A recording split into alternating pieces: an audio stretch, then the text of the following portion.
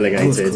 I think it'll be a little bit tasty. I think if they still care about that, we're living in their heads rent free. They do. They couldn't wait for us. They couldn't wait to play us, and I think they'll be quite keen to get one over on us. Bit tasty and Tranmere, sounds good to me. That sounds like a bit of an atmosphere. Yeah, no. And then we look to a week today, where we play Sutton United again in the Papa John's Trophy. Then Grimsby at home. We go to Swindon, and then we welcome. Thank you very much, Stevenage, to Plough Lane, which I think will be a tough game with Steve Evans in charge. He seems to be. I think they're all tough games, aren't they? They are, certainly. None of them. Tranmere away, you go. They keep clean sheets at home. They win 1-0 a lot, so we've got to be disciplined. I was getting flashbacks to Swindon, that 5-2 victory. I think it was a walk in the park. We had a very different side then, Sutton, as we do now. Obviously, they've beaten us here already. They'll be up for it. We're their derby, aren't they? Yeah. And Grimsby. I mean, that's a game. That's the kind of game, Grimsby, that if you want to be somewhere at the end of the season, you have to win. Yeah. Same as, actually, maybe not Stevenage because they are quite good, but we go to Swindon, Josh Davison's ex-team, and he'll score a hat-trick. So why are we stressed? Place your odds right now. Just to touch on that Grimsby game as well. I don't know if you guys are aware of if it's out there on the socials, but it is an earlier kickoff as well. Because of course we've got the World Cup. What a day that could be! A 3-0 victory against Grimsby, and then England getting into the next round of the World Cup. Exactly, it could be. You heard it here first. It could be us losing and England crashing out. So sounds more likely.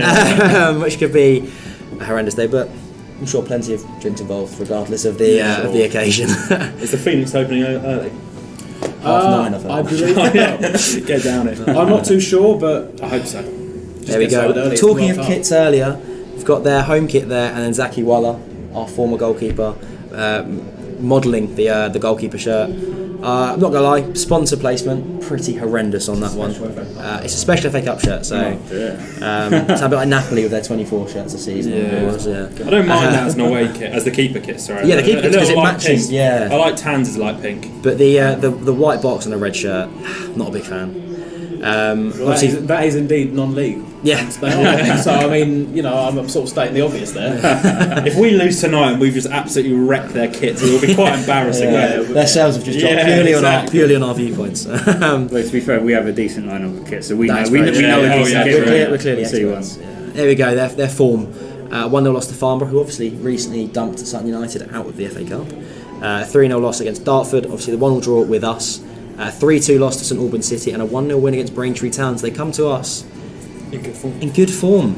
Yeah, I think that's their win. Isn't that their first win of the season? That's not in the cup. Second win of the season, second, I believe. But they still haven't won at home. Not in the cup, no. No, they've won 2 in the league. Oh, they won 2 in the league. They do find themselves bottom of the Vanarama National League. They've won 2 games. South League, yeah. Because on BBC Sports it's National League, North and South, so that's why I got that wrong. But no, they do find us that bottom of the league. Winning 2, drawing 2, and losing the rest because my maths isn't up to scratch tonight. But league form means so little in the FA Cup. As we know from the Great Escape year, we were unbelievable in the FA Cup. Then figured out how to play in the league. So you've really got to remember that these players, for them, it's their big day out this season. So they'll want to properly turn up, and players, our midfield have got to be really, really solid tonight and setting the tempo, and getting on the ball, dominating them, not letting them have the ball. And then just calming the game down, stop a few past, and proper professional, a bit like Orient, with a bit less of an atmosphere, but just Orient V2. And then there's their qualifying round, their journey through 3-1 win against Winchester City, a 3-0 win against Welling United, and then a 2-1 away victory to Havant and Waterlooville.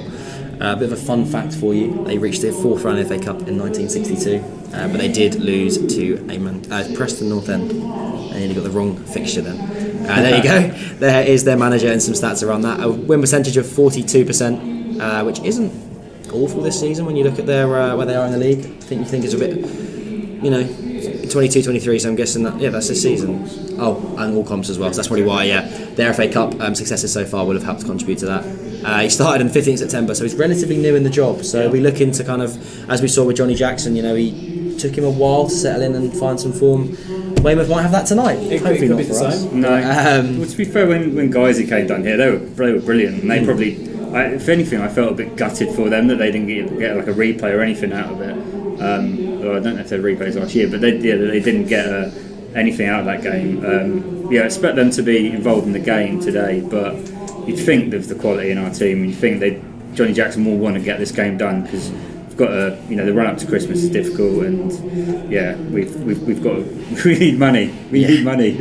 So, yeah. I think it'd be a vastly different game to the away game. It was an 100%. Awful wet pitch. We had players like Paris who just don't suit that game. I think we had an off day, so everything went against us against Weymouth almost. So I hope tonight we get the ball down early doors.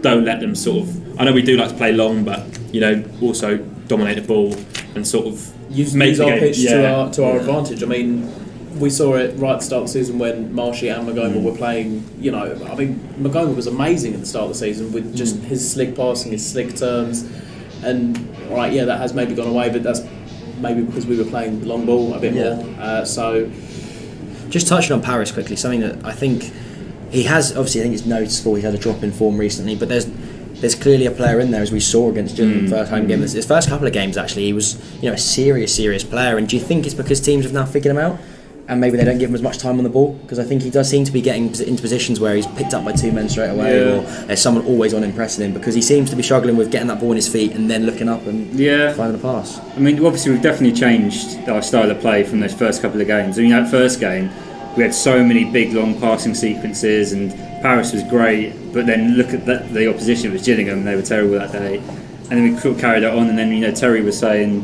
this week that the fans wanted something different. They wanted to get in the box, so they are playing differently. Whether we're bypassing Paris a bit. I know the other day Paris tried a few bits and it didn't really work out, and he started apologising, saying sorry. But I don't. You shouldn't need to apologise. You need to go for it. Players like a Sal, go for it, and But obviously, if you keep trying, it doesn't work. Then maybe you should stop. Go back to exactly. So, but you can see there's a player in there. But it's difficult when these players come. Young players come on loan from the sort of big, Premier League clubs, and Brentford are doing especially well in the Premier League at the moment. Whether there's an ego there, you don't know. And but I think if he just gets his head down, carries on what he's doing, like you said, there's definitely a player in there, and he could, be getting on loan at maybe a Championship club next season, and then progressing in his career. I think he's also definitely missing his mate Nathan Young-Coombs. I definitely think that those two, when they were on the pitch together, it was definitely something that Paris, I guess, vibed off of. They definitely had a good partnership going, and with Nathan going away injured, that could have knocked him for six a little bit. It's his first loan, isn't it? So he's going to be looking for someone to have that comfort with. And exactly. With NYC, obviously, as you said, go back to Brentford. That's obviously he's now not in training. He's going to be a bit off and looking for that kind of comfort. I did cut over you. No. Far away. I think also he hasn't got a clear position. Woody's come back, and Woody's dominating. He's our six. He sets our tempo. He sits, and I think that was almost Paris's job. And I think now he's sort of not everything goes for him. So I think he sort of feels a bit lost in the game. Sometimes you look around. Sometimes he sort of doesn't know where he's meant to be. So I think if he can nail down maybe an 8, slightly further forward, he can have a bit more freedom in position. I think he's really got to turn that sort of other central midfielder position into his own, which I think he's sort of struggling to do, which is fair enough. It's just, as you're saying, it's first loan, and it's hard to sort of make his position your own. So I think if he can figure out how to play a sort of a bit further forward, and maybe not as much time on the ball, but quick 1-2 passes that he's not as much used to, I think if he can really make that position his own, he'll really turn into a player. Yeah, no, I agree. I think he's struggled to nail down that position, and I think we are going to head towards the programme for this next bit. There was an interesting bit earlier about the injuries and how long some of them still are. Will Nightingale obviously still out for 6 more weeks, which I think has been a big miss, and I think going back to a back four will suit him quite highly. He's someone that, I'll be honest, I have faced criticism on the show before.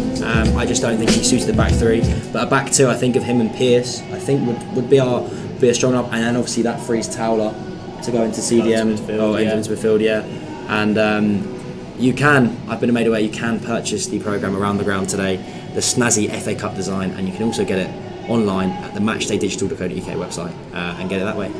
But did we mention earlier about Pearce playing the back four for the first time? I don't know if we sorry to go back to team. I didn't mean to cut off there, but Pearce is he's only ever I think I've only ever seen him playing a back three. He was early doors, he was early doors. Before we didn't. He's so obviously I don't know how Weymouth going to play. So this is me speculating. If they've got a small nippy player, he could be in trouble. I'm assuming he'd rather see a 6'5" lump up against him because that's what he's used to. He'll be physical. So it'll be very interesting to see how Pearce does, because Jack Curry likes to bomb forward. So does Isaac Warner get forward. So if he is left in a 1v1. Someone's ankles might be in trouble. I imagine no Slate have ever created the design, but I do think Towler will be on the left hand side, which will allow protection for Curry, because I think obviously he can play left back as well. Is what my Football Manager saves suggest anyway. So what I think is what and possibly the reason why we kept those clean sheets, and that's actually what we sort of said earlier, was Callum Bay and Towler. My worry is we need to keep consistency, because if we keep chopping and changing, I know there's been injuries, but the centre-back partnerships, so that's a lot of the reason why we haven't kept so many clean sheets in so many years, and we've been so poor, is because there's always been injuries, and unfortunately it's hard for Will. You just want him to have a injury-free season, which to be fair he did most of last season, but to be fair, him and Ben were good together, but you need I just think you need to have a bit of consistency at the back, and then we can keep these clean sheets. It'd be great today to get another clean sheet and have 3 in a row. When we were playing our best football last season, we had that kind of Will and Ben next to each other, and that was when we played our best defensive football. Some injuries happen, and then a little bit of form kind of drops when you lose that, and then all that progression just loses itself. It was a full. And Isaac have been. I really like about them. They want to get in one-on-ones. That when we saw Nesta in previous years get into one-on-ones, he looked so uncomfortable. Yeah. Same as Che, really. So it's nice to see Paul as well. Yeah, also. Yeah. So it's nice to see someone like Jack, who it almost looks like he wants one-on-ones. Not obviously he doesn't want them, but in the one-on-ones you're just so confident he's going to get a tackle in. Salford was a perfect example of that. I mean, going back to that bit. I'm going to play devil's advocate slightly here. I do think the change to fullback hasn't suited Curry. I think he's better as a left wing back. You saw him taking players on at the start of games and really expressing that attacking kind of creativity he had. And I think him playing as a pure left back doesn't suit him as much. I think it suits Ogundere a lot better. I think he's more of that kind of traditional right back. But then, kind of looking more positively, I think Lee Brown and Chris Gunter will suit better in like traditional fullback roles, where their priorities are defence, and then if you want the luck, you can attack a little bit and push a little bit of pressure on that. However, we are going to look into the table after match day 18 and also then Saturday's fixtures. We now find ourselves in the dizzying heights of 15th in the table after that victory and draw against Leyton Orient and Salford. And then, is there any kind of fixtures there, Arash, that stick out to you for the weekend? Regarding apart from obviously the delights of Tranmere away. Yeah, I mean, that's the sort of the main one. I mean, obviously, like Salford versus Carlisle, that's obviously huge, because probably whoever wins that probably sneaks into the playoffs. But I mean, I think it's still so early in the season. I think we panicked a little bit, and now we've run a bit of a run. We're like looking up the table rather than down. But I mean, anything can happen. It's I've not seen any teams this season that you've gone, wow, they're incredible.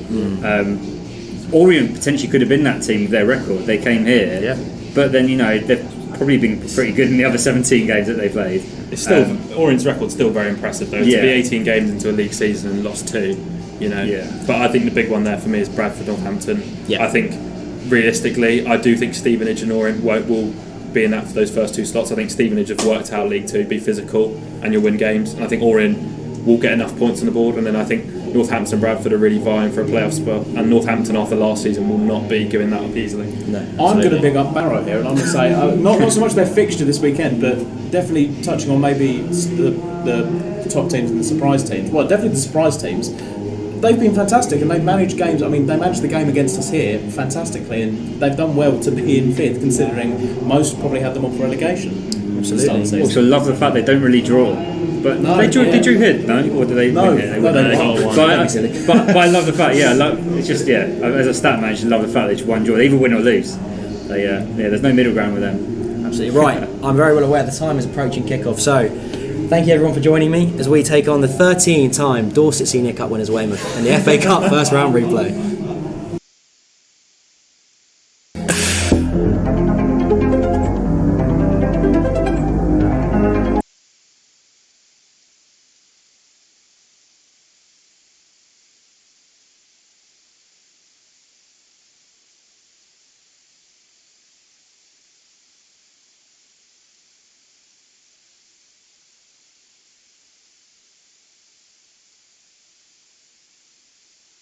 Like I'm Jimmy at Woodstock.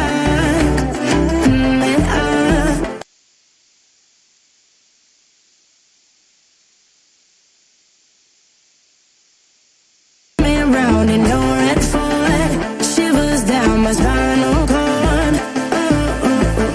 Cause you got me holding. Even if I lost all my money, the zero runs deep money, and I don't need to speak a single word.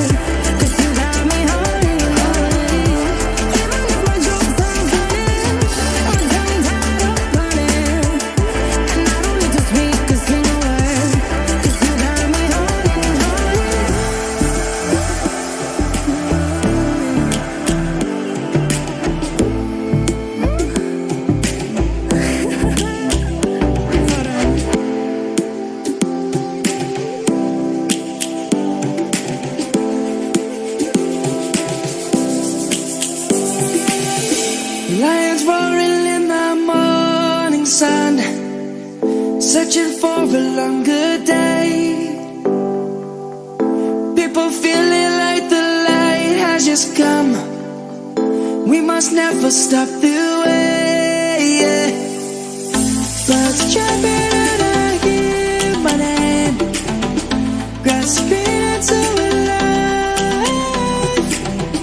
Life is happy but it's so insane. We must merely make a start. Savannah, I'm coming home. Savannah, we'll never be alone. Savannah, the beauty of the world. Savannah, let's all take a walk. Savannah.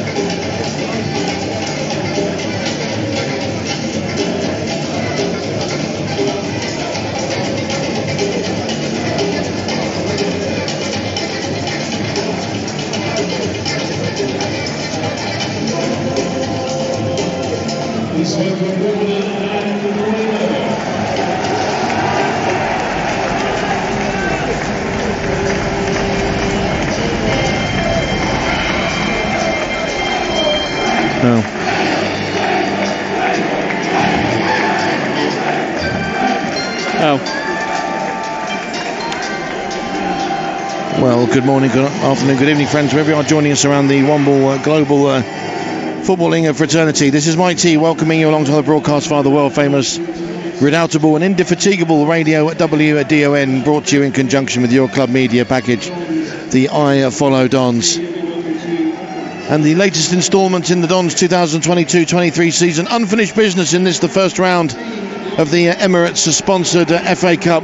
Weymouth having held the Dons to a 1-1 draw down at the Bob Lucas Stadium on the 5th of November. Now come up to the Plough Lane, the Cherry Road Record Stadium, and vying for a place in the second round, and a home tie with Chesterfield in the second round. Obviously a performance at Weymouth that wasn't too cherished in the minds of Dons fans, and that's putting it mildly. But since then, though, gone a long way to righting that particular wrong. 2 clean sheets in succession. The first at home here, of course, against the league leaders Leyton Orient last Tuesday, and then a point at the Peninsula on Saturday away to Salford City. So the Dons in pretty good nick, a bit more defensively impenetrable.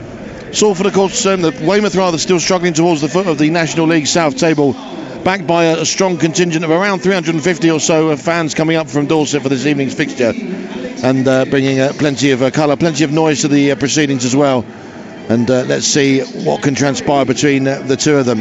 Ayuba Sal, of course, the scorer in that first game for the Dons. Akeem Rose with that equalising free kick for Weymouth. Both will go head-to-head in the attacking stakes end this evening. Promises to be a mouth-watering FA Cup replay under the lights down here in southwest London. First things first, though, a man absolutely, dare I say, riddled with cup fever and waiting to bring the evening's action to you via the international spiritual gift of radio, WDON. It's a very good evening indeed to Mr. Rob Cornell. Yes, indeed. Evening, everyone. And as you were saying, Ayuba Sal back in the side as well tonight, having served that 1-game suspension, and hopefully the Dons can do more to test off former goalkeeper Zaki Walla. Currently just standing in front of the Cherry Road Records end here, backed by the Weymouth fans. But of course, opportunities tonight for the Dons, for Nathan Broom, for Dav Fisher, he starts as well, and Alex Pearce back in the starting lineup too. And we also have a very special guest joining us down from north of Watford Gap, but still very much South London born and bred. It's our very own Mr. Dave Hunt-Jackson. Good evening to you, sir. Good evening, Michael. Yes, looking forward to this. Slightly perturbed by 6 changes. Let's hope that doesn't backfire. But yeah, bit of luck, we can get that glamorous money-spinning tie with Chesterfield. Well, absolutely. All roads, of course, lead to that particular game. If the Dons do make it through this evening. Weymouth then getting things underway, attacking the South London Movers stand in the first half, and straight away trying to build an attack down the centre of the field. But it's all the way through to Nathan Broom, who'll knock it high and back forward towards halfway. It's Carlisle who wins it in the air above Pell. Here's Rose now picking it up for Weymouth, but the Dons will now try and break forward down the right hand side. It's with Fisher. Ogundare now over in the overlap, all deflected out of play, throw into the Dons. So certainly a lively start for both sides, and in the opening 30 seconds. Ball now back on the halfway line for the Dons, with Pearce returning to the lineup, floated forward towards the edge of the box. Carlisle again in aerial duel with Davison, as they were throughout the first game. In the end, it's going to be Tom Blair who'll steer it high and forward for Weymouth, and Rose tries to help it on.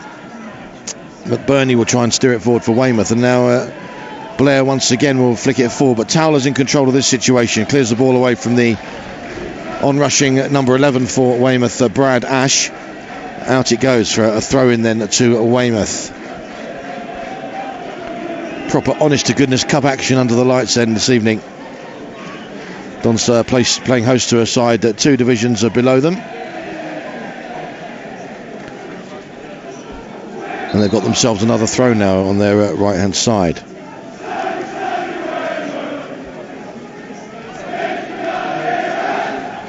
Here comes the throw now then from Beerwish from the right-hand side. O'Connell tries to help it on. Intercepted though well by the Dons. It's with Magoma back on defensive duty. Tries to clear it high and forward. Loops up off Rose.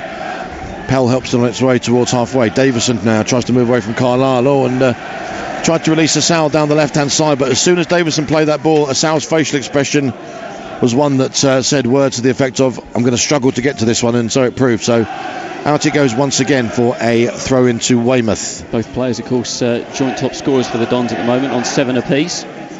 Terry Skiverton out there in that technical area for Wimbledon at the moment. He'll have knowledge of playing Weymouth in the FA Cup last season, of course, with Yeovil. Got through after a penalty shootout and a replay, and hopefully we don't have to go to those extremes tonight.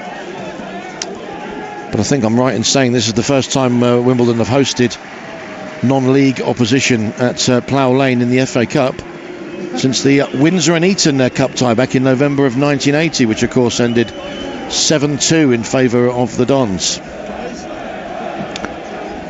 Guiseley. 0-0 then between... I went a bit back too far a bit there, Dave. I forgot about Guiseley. Apart from Guiseley then, the first time we've hosted non-league, etc, etc. Sorry, I had Windsor and Eton fever. I was thinking of that game on the way here today, because we were talking with Mick Smith, who got 2 goals in that game, of course. Dave Hubbick with a hat-trick, who remembers that? 7-2? Yeah, I do remember that, Michael. He was an amateur boxer, I think, wasn't he, in his youth, Dave Hubbick? Certainly was. Can all 3 of us claim to have been at that game? Were you at that game? I was there, yes, all 3 indeed. Of us were yes. at that game. Yep. Throwing now to Weymouth and down the right-hand side. It's with Akeem Rose, who's tussling away there with Ayub Asal. Ball goes the way of Weymouth once again, but now Curry will take over for the Dons. Tries to loop it high and forward. Deflects off Rose away towards this near side. Out it goes for a throw into the Dons. They brought beach ball with the Weymouth fans certainly enjoying themselves away to the left. And that's Cherry Red Records end. Throw in now taken by Curry for the Dons down the left-hand side. Deflects out of play. Another throw in then to the Dons. Well, indeed, I think it was something like 300 to 350 pre-sales of tickets amongst the Weymouth supporters. But certainly a lively and noisy bunch away to our left. And to throw in now to the Dons once more towards halfway. It's Jack Curry who's going to take it once more for the Dons. Well, they've got the beach ball out over there, but Andy Gabriel, Powell out in South Carolina, it's a little bit more snowy out there, but glad you could join us this evening. It's Davison now, an almighty tussle on the near side with Tom Beerwish, which wasn't to the liking of Davison, feeling that he was a little bit too closely impeded there by the Weymouth number 10. Dons already back on their way with a free kick, played forward to Asal down this left-hand side. Back now with Curry, tries to drag back and turn away from O'Connell. Out it goes. Deflection goes the way of the Dons. Curry with another throw. Asal now moving in towards the left side of the box.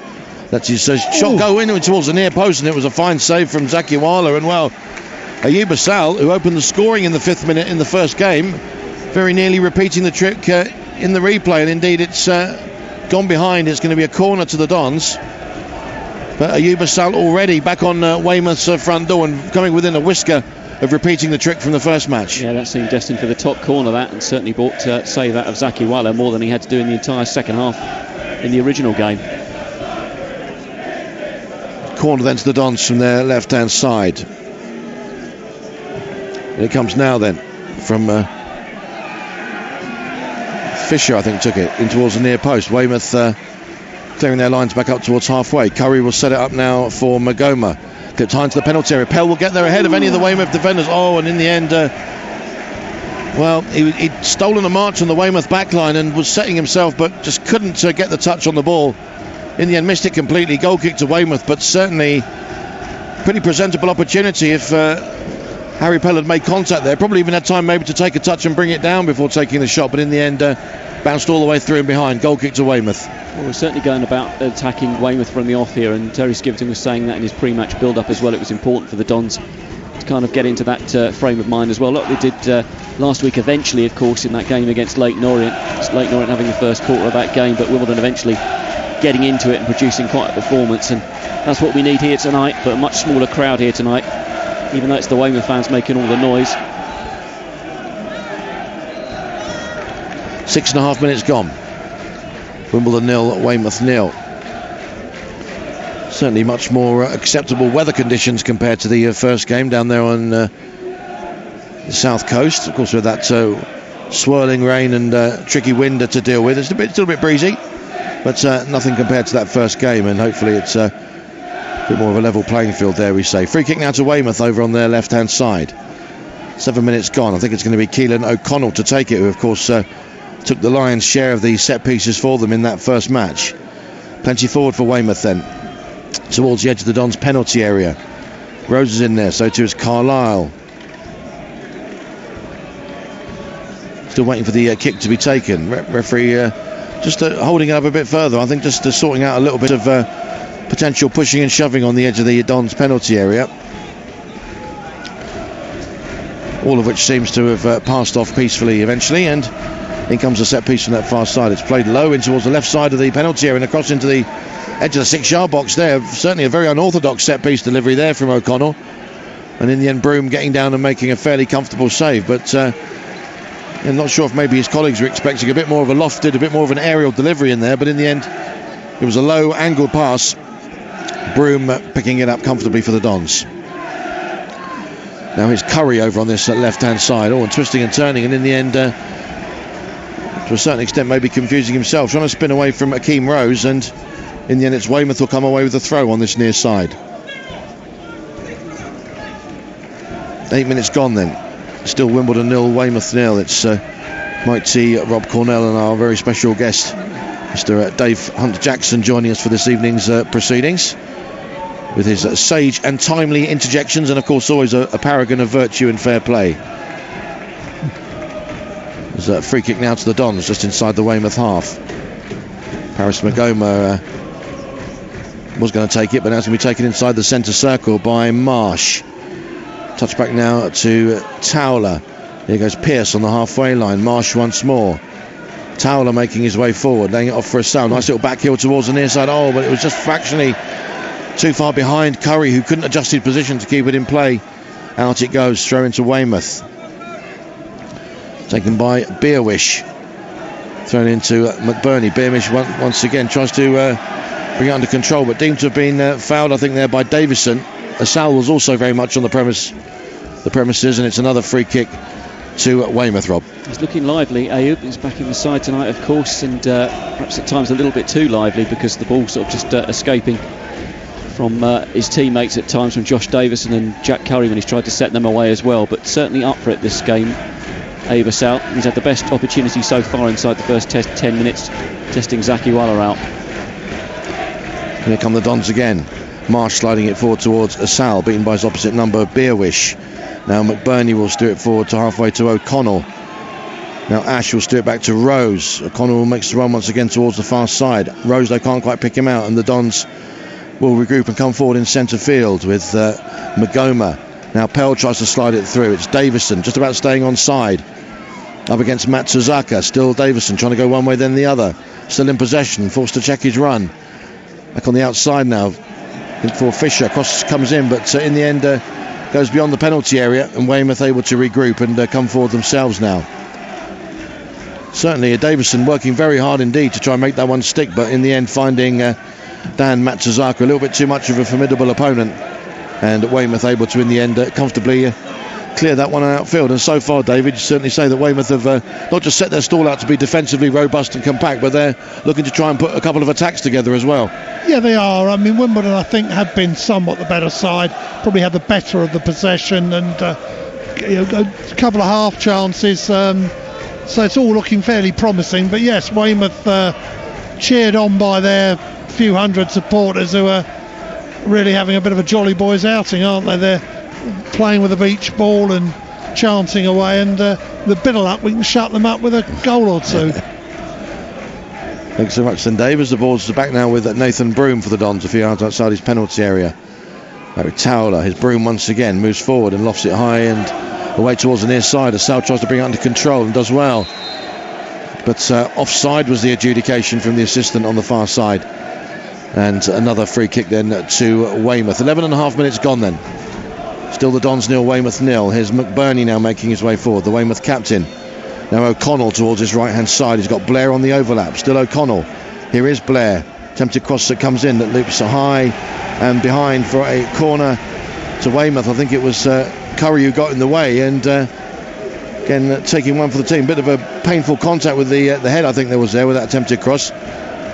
So let's see if he can regather his senses to the full to help defend this corner now from the right hand side for Weymouth. Again, Keelan O'Connell to take it.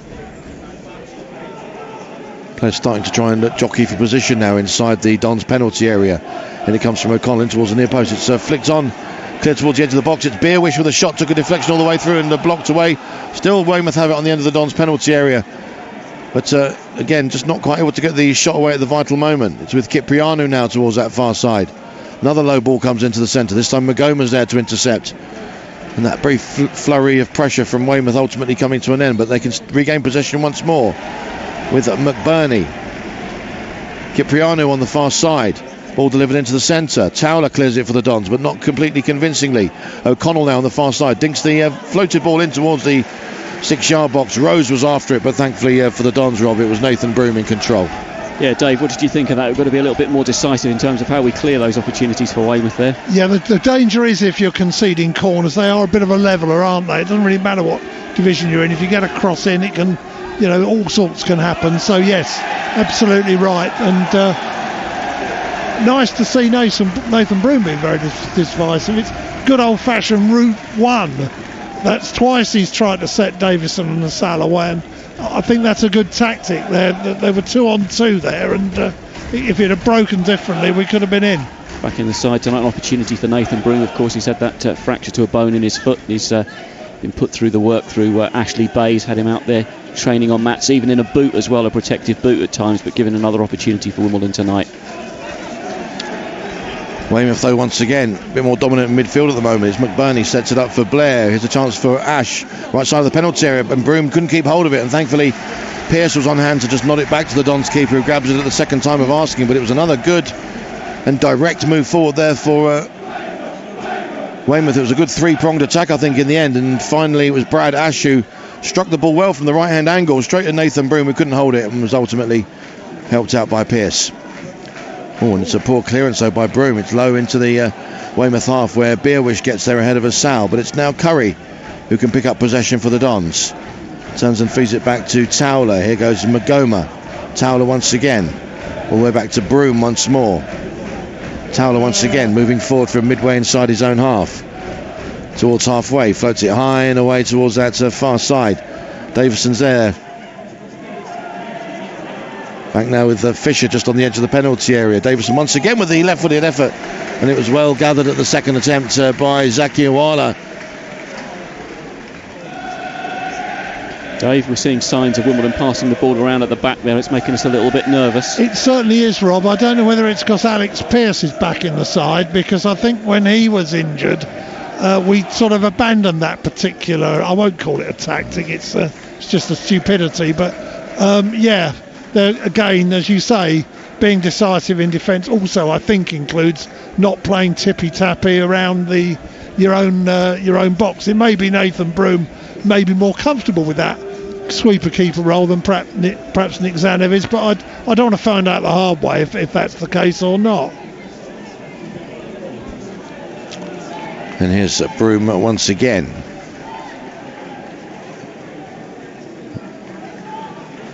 Moves the ball off now for Towler, moving forward from the edge of the Dons penalty area. Tries to look up and fire it away, but it's immediately charged straight back down past him by Brad Ash. Out it goes. Another throw in then to the Dons on this near side. And it's Curry to take it. Thrown into Magoma, well shadowed by Akeem Rose. Threads it nicely through a couple of Weymouth players there into the path of Pearce. Moves forward and feeds Ogundair now down that to right hand side for the Dons. Played down the line. Looking for Fisher, back now with Ogundair. Back with Pearce away on that far side. Weymouth chasing everything down at the moment and showing great determination not to allow the Dons to have things all their own way. I think a couple of the Weymouth fans thinking their best chance to go through this particular tie had gone with that 1-1 draw between the sides, but I'll tell you what, they're every bit as lively and competitive as they were some 10 days ago at the Bob Lucas Stadium, and you might even contend they're perhaps shading it from a territorial perspective at the moment as well. Yeah, very much so. They haven't had the best start to the season, but they've been picking up now that Bobby Wilkinson's in charge. They had a win at the weekend, and they're certainly testing Wimbledon inside the first quarter of an hour here. Ball played down the right hand side once more for the Dons, but it's another wasted pass, and it goes straight behind for a goal kick to Weymouth, to the delight of their contingent of fans away to our left behind that goal in the Cherry Red Records end, as Awala gets the play back underway. Plays it towards the near side. Beerwish tussling with the Sal's, the two number 10s going at it hammer and tongs, and in the end it's a free kick given the way of Ayuba Sal. Puts both hands in the chest of Beerwish and pushes him away.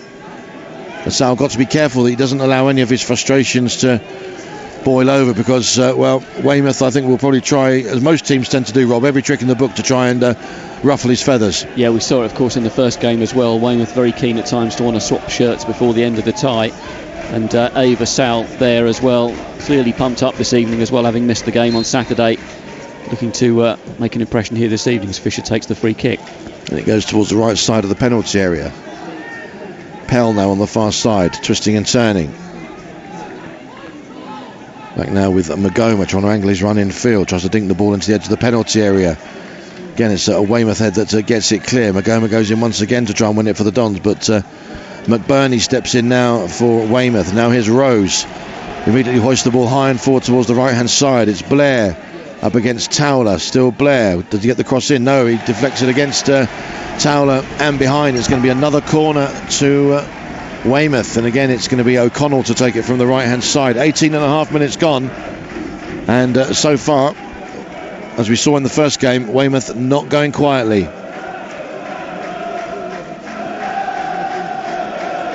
Keelan O'Connell then once again to take the corner for Weymouth from the right hand side. In it comes now. Players that looking to make moves onto the end of it. Eventually it's a Don's head that gets it clear as far as Asal, who can now power forward into the Weymouth half. Still Asal. Pursued back into the Weymouth half by Nippard. It's with Davison now. McBurney forces him all the way back to halfway, but manages to lay the ball off now to Pearce. Here's Marsh now away on that to far side for the Dons. Toss now for Ogundair. Lays it square now to Pell. Looks up, thinks about floating the ball in, bides his time a bit more, in the end plays it low and square into Davison. Pell once again towards that far side. Sprays it now in towards centre field for Magoma, trying to power forward. Still Magoma keeps possession despite a challenge coming in on him. It's with Curry now on this near side. Floated cross comes into the centre, but nobody there to challenge Zaki Awala, who makes a straightforward claim for the ball. And, well, you have to say so far the Dons repeating what they did in the first leg, and perhaps highlighting what they should have done a bit more, which was to really put Zakiwala under pressure, because we remember him from his days with us, he was a bit suspect when he was put under direct aerial pressure, and that's something that the Dons to a large extent singularly failed to do in the first game, and so far it's just kind of routine balls into the centre and no one really putting pressure on the keeper, which could well be a profitable avenue of goal scoring pleasure this evening if they play their cards right. But of course Swala very much with a point to prove, still very, very disappointed indeed that he was let go by the Dons, and here to try and help Weymouth through here this evening. Meantime it's Asal once again down the left hand side battling with Bearwish. Now here's Magoma, comes under challenge from Rose, and he's deemed to have been knocked to the ground by the Weymouth man. Cuts a real frustrated figure out there, but a free kick's been awarded to the Dons, taken by Curry. Back into his own half for Towler, back with Curry. Here's Magoma now inside the centre circle, biding his time, plays it short and square across the halfway line into Pearce. Clipped high and forward, Pell's after it, couldn't quite flick it on, beaten in the air. It'll break for Rose once again. Now Matsuzaka tries to help it on towards the far side, but the Dons can take it on that far side now with Ogundair. And here he is once again, but ultimately no cross was forthcoming. Weymouth doggedly defending the edge of their penalty area and coming away with possession, and again thwarting the Dons at every turn. And well, Dons really know they're going to be in for a battle here this evening if they're going to make it through to a home tie with Chesterfield. All the way it goes once more back to Broom just outside of his penalty area. Here's Towler once again, square for Curry towards this near side, flicked off now for Magoma, floats the way towards the far side looking for Pearce, who'll bring it under control. Dons biding their time once again. Square pass now from Pearce into Towler, touch forward now to Magoma, immediately closed down by Rose. Magoma moves away towards the right hand side, steers it forward into Marsh, goes to ground under challenge, but fairly so according to the referee. It's taken on by O'Connell. Moving forward now down the inside left channel, still O'Connell. Ball played now on the outside for Kiprianu. It's back now with O'Connell once again. Attempted cross comes in. Pearce will clear it with a header as far as Pell, who'll turn and try and fire it high and forward towards the far side. Davison's after it and he'll get there, he'll keep it in play, but comes under challenge. Still Davison has it though, ultimately dispossessed so on the far side. Weymouth now coming down there at their left. Davison goes back to try and maybe retrieve the situation. Donzo can't clear the ball into the centre. O'Connell plays into the centre. It's only partially cleared by Broom. Oh, and goodness me, he's teed it up perfectly for a rebound attempt there for Tom Blair, and somehow he steered it over the crossbar when that looked odds on to be the opening goal for Weymouth. And well, Nathan Broom certainly would have been disappointed the way he was unable to hold that and presented the rebound opportunity immediately for Tom Blair, but took it first time and it's only just over the crossbar, but at the very least he should have steered that on target, and the Dons can count themselves very lucky not to be a goal down here at home. Best opportunity of the game so far. Weymouth should be in the lead, Dave. He'll be disappointed with that, I think is the phrase. Pretty much an open goal, never mind. Well, certainly the culmination of plenty of determined and enterprising attacking play for Weymouth in the opening 23 and a half minutes here. But really, are they going to get a better opportunity than that to get themselves on the score sheet this evening? Tom Blair, whole of the goal to aim at. Broom, I think, was still grounded to a certain extent, had pretty much the whole goal to aim at, and he steers it over the bar. How many more free kicks do you want to ignore?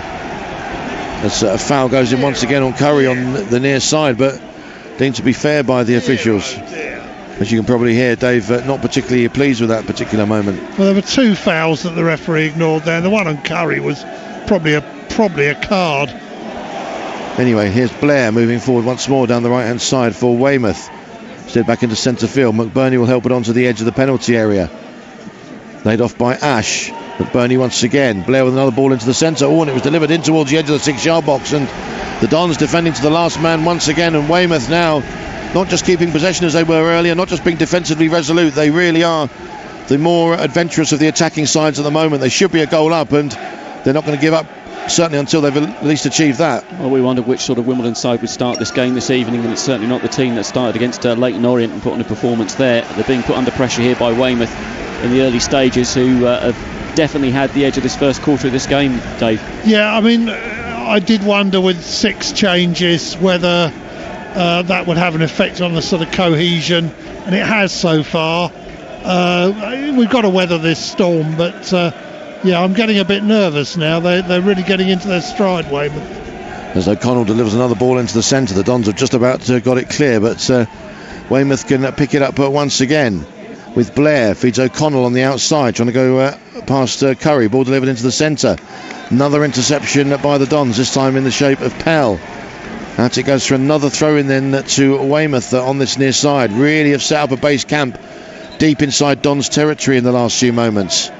As Curry just down on his haunches for a moment, I think needing a bit of attention, and certainly no real surprise given some of the treatment he's been on the receiving end of this evening. Is he readying Hussein Beeler down there? I think he is. Hussein Beeler might be coming on here. Well, this is very worrying indeed. Jack Curry's been absolutely outstanding. I made him man of the match by a mile on Saturday, and if he's coming off because he's injured, that would be disappointing. And what's also disappointing is he's had no protection whatsoever from this referee. No, does it stem from that incident back there, Dave, where we saw him got injured in that foul there? The referee didn't spot it. It went through the back of him. It was a yellow card offence. Referee gave nothing, and I think you're right, Rob. It looks like he's hopefully it'll be something like a dead leg, but it's a worrying sight, and it's and obviously if Hussein Beeler comes on, that's kind of another change, isn't it, from Saturday, and you're losing a key member of this team. Absolutely. I mean, he's ready there in the technical area, and Jack Curry there, Tim Maynard dealing with him at the moment. What a key player Jack Curry's been for us already this season. He's coming on, Beeler, isn't he? Definitely. But and their reward for a yellow card challenge is we have to make a substitution. I get so angry with these officials at this level.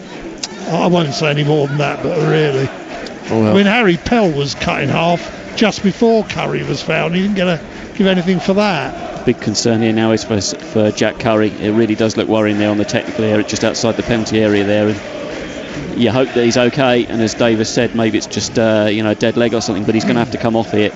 And the same Beeler coming on for the Dons now. Well, I'm just wondering if this is going to be a like-for-like swap, because we saw Hussein Beeler playing a sterling game for the Dons in the left-sided defensive position a couple of weeks ago at Portsmouth in the Papa John's Trophy group decider. The good news here is that he's walked off more or less unaided. He's walked off slowly and gingerly, but he's very much under his own steam. So I hope that it's nothing serious. On the other hand, he might have felt something go, and precautionary maybe. Well, I hope so. Let's see anyway. So formationally speaking, it should just be a like-for-like if indeed Belair is to reprise his role at Fratton Park a couple of weeks ago. He's straight off down the tunnel there. We've got a medical room there in this impressive stadium that we have now, so he'll be assessed pretty quickly, but as Davis said, he's able to walk off down there, and hopefully it's not too serious. But Hussein Beeler, a real character who's got no fear at all, loves to attack as well, and will be very much up for getting into this cup tie here now, particularly with the injuries that he's had and showing what he can do. Yeah, that's the positive, isn't it, Rob? He gets a look at Beeler, and he's certainly got rave reviews out on loan in the past. So it may well be that we won't notice much of a difference. Well, noticeable that Terry Skiverton was just coming up just for a very quick and dare I say quite a forceful word with the fourth official there just on the halfway line. His arms stretched out and clearly disbelieving at some aspects of the game, probably a bit of the foul play, I dare say, that's been on the show so far this evening. And with coming up for 29 minutes gone, it's still goalless, but Weymouth, you have to say, have carved out by far the more clear cut of the goal scoring opportunities so far this evening, to perhaps go hand in hand with the way that they've dominated pretty much all of the attacking play, and the Dons really at times struggling to get out of their half. They've come to do a number on us, and so far they're succeeding in everything but getting themselves in front. Oh, go on. Anyway, here goes Bile now, moving down the left-hand side, feeds off the pass from Asau. Turns one way then the other. Bile onto the left foot now. Cross comes into the penalty area. It's a header then that goes in on goal for the Dons. That in the end was off target, delivered too high there and over the top. It was Harry Pell who got forward, but despite the good work down the left-hand side from Hussein Bile, immediately taking the chance to get into the action, delivering the ball in, but the header from Pell a couple of feet over the crossbar. Goal kick to Weymouth, and with coming up for half an hour gone, It's Wimbledon 0, Weymouth 0, and the men from the South Coast certainly presenting a very clear and credible quandary for the Dons here this evening, with their ambitions to set up that home tie with Chesterfield in the second round. He's a great character, Hussein Bidou. He really gets this club. He's come through the academy. It really does mean a lot to him, and as I said, he's had his injury struggles as well at times, and setbacks, but to get out there tonight, he's already shown, having been on there just a matter of moments, that he's already prepared to be up for this battle and show what he can do, and link up perhaps with a Sal down this near side here. Clearance there by Awala, met by a header from Towler. Pell then challenges Carlisle, who then tries to turn and steer it back forward for Weymouth. In the end, it's Bearwish who tries to move away from Sal again. The two number 10s in direct confrontation, and the referee pulls the play back for a free kick to Weymouth just inside their own half. He's not short of confidence, is he, young Beeler? I mean, the first touch was a lovely little pass to Sal, and then he was tearing down the touchline to take the return ball. So, very encouraging signs. A decent delivery with a cross as well. See if the Dons can keep that going. Anyway, it's a free kick now to Weymouth, about 15 yards inside their own half. Zakiwala comes way outside of his area to take it up towards Rose. Towler beats him in the air. Asal back now with Towler.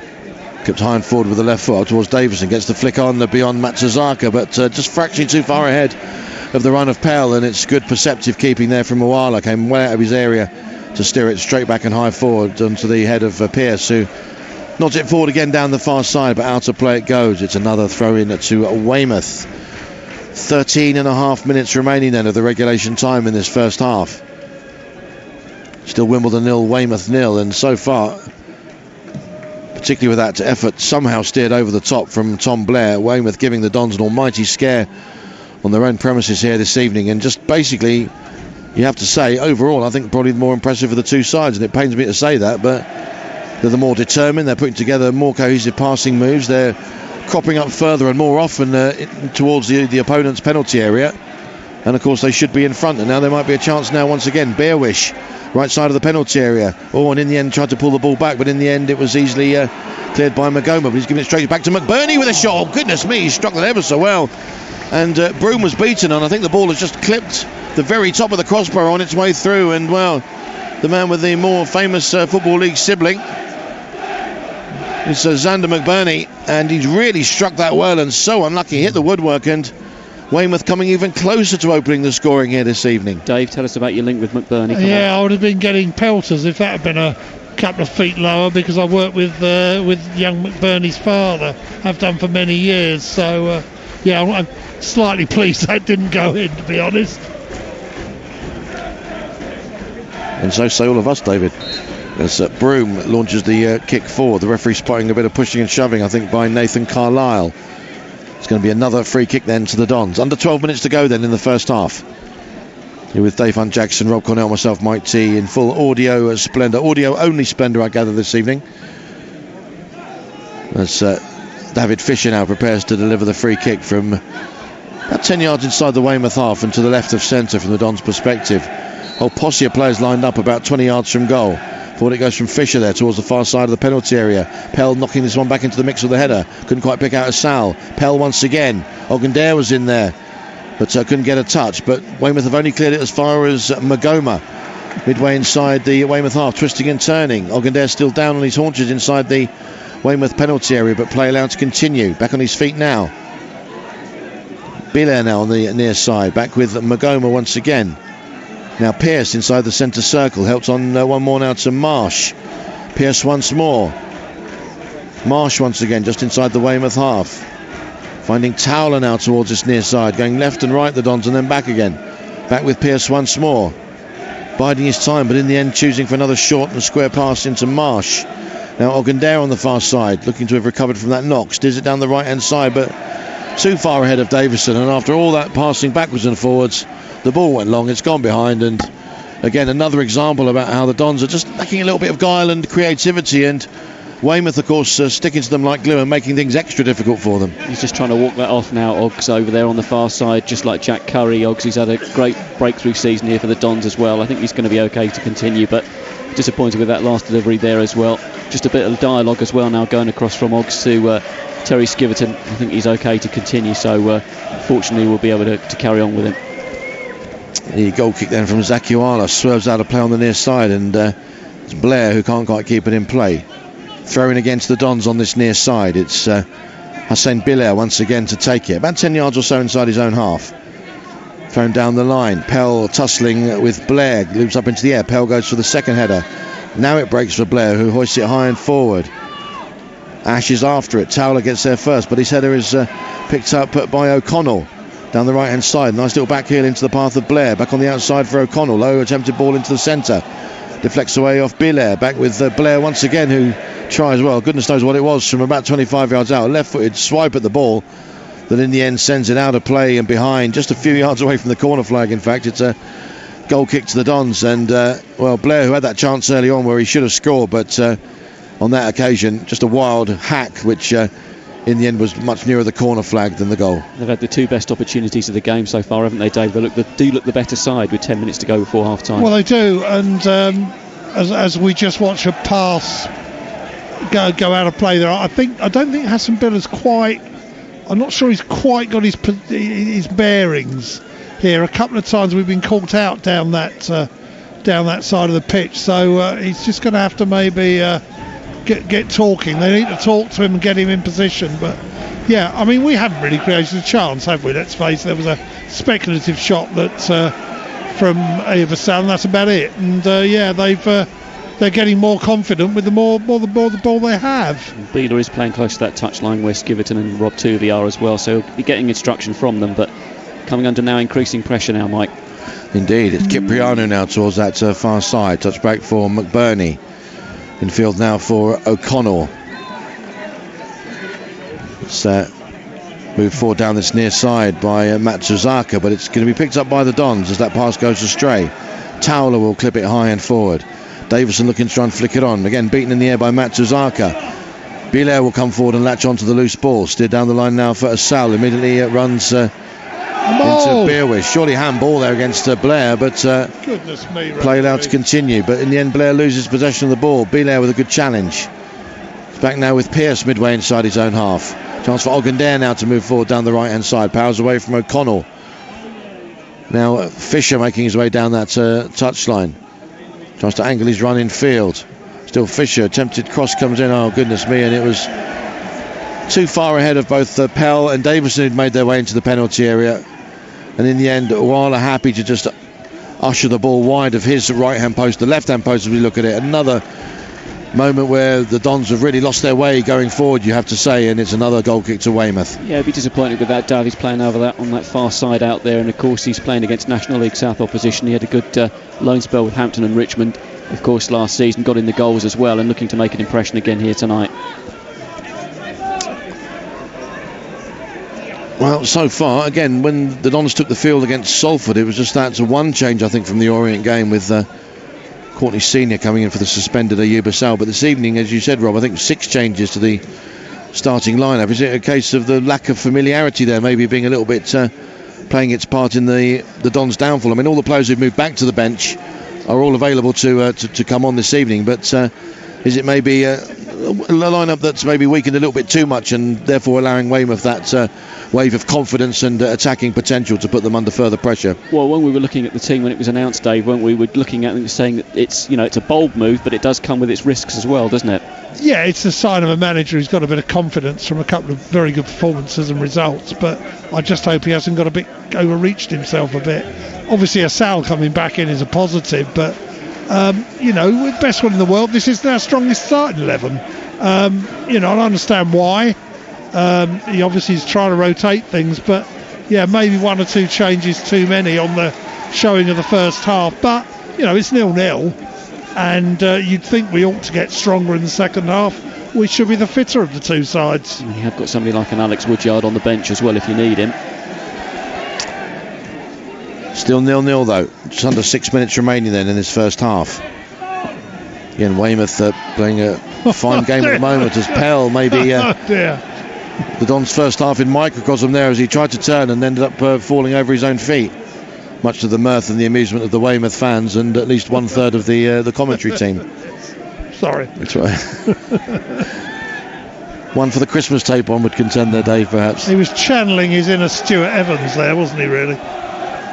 Anyway, here's Towler just inside the Weymouth half. Steer back now to Marsh.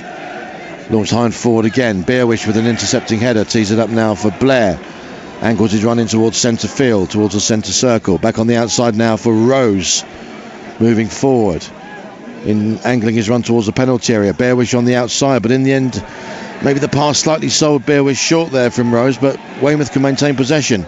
Blair with a cross towards the far side of the 6-yard box, but Kyprianou, in the end, I think, unable to steer it back into the mix.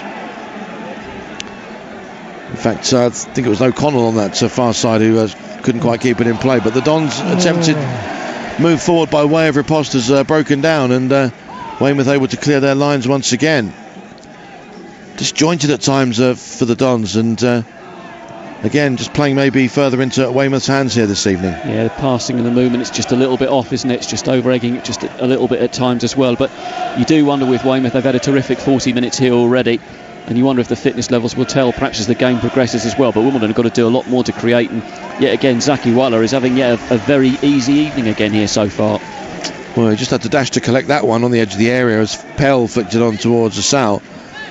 But indeed, apart from that that early shot from Asal, which caused him maybe a little bit of a problem, which resulted in a corner, so far, and perhaps as it was in the first game as well, certainly no need for Zakiwala to reproach himself, and certainly going some way towards his own personal ambition, above and beyond perhaps getting through to the second round, and that's maybe proving a point to his former employers. Anyway, launched it forward once again. Blair tries to flick it on towards the near side, but it'll be picked up by Biller. Steers it all the way back to Nathan Broom. 3.5 minutes to go then of the regulation time in the first half. Forward it goes from Broom. Pell having his shirt pulled all over the place there by Carlisle, and again the referee was on the other side of that and couldn't see it. Anyway, here's Davison now trying to turn and make his way down the left hand side. Ran straight into Tom Beerwish. It's out, a throw I think to Weymouth was initially indicated, and it's in the end I think going to be a throw into the Dons, taken by Biller. The best of Harry Pell last week with the dark arts, but it's mainly Weymouth are producing a lot of that at the moment in this first half. Ogundare now on the far side, midway inside the Dons half. Fisher on the far side, tries to let it back to Ogundare, takes a deflection out of play, throw into the Dons. Ogundare takes it into Fisher, contesting that ball on the far side, goes out of play once more, it's another throw into the Dons. Weymouth very effective so far in closing the Dons down, not letting them have things all their own way. Towler now for the Dons, just inside his own half. Marsh on the near side, back with Towler once again. Here's Biller. Now Marsh. It's Pearce moving forward now towards halfway. Forced to check his run by Luke Nippard, and in the end it just about reaches Ogundare on the far side, and back it goes all the way to Nathan Broom.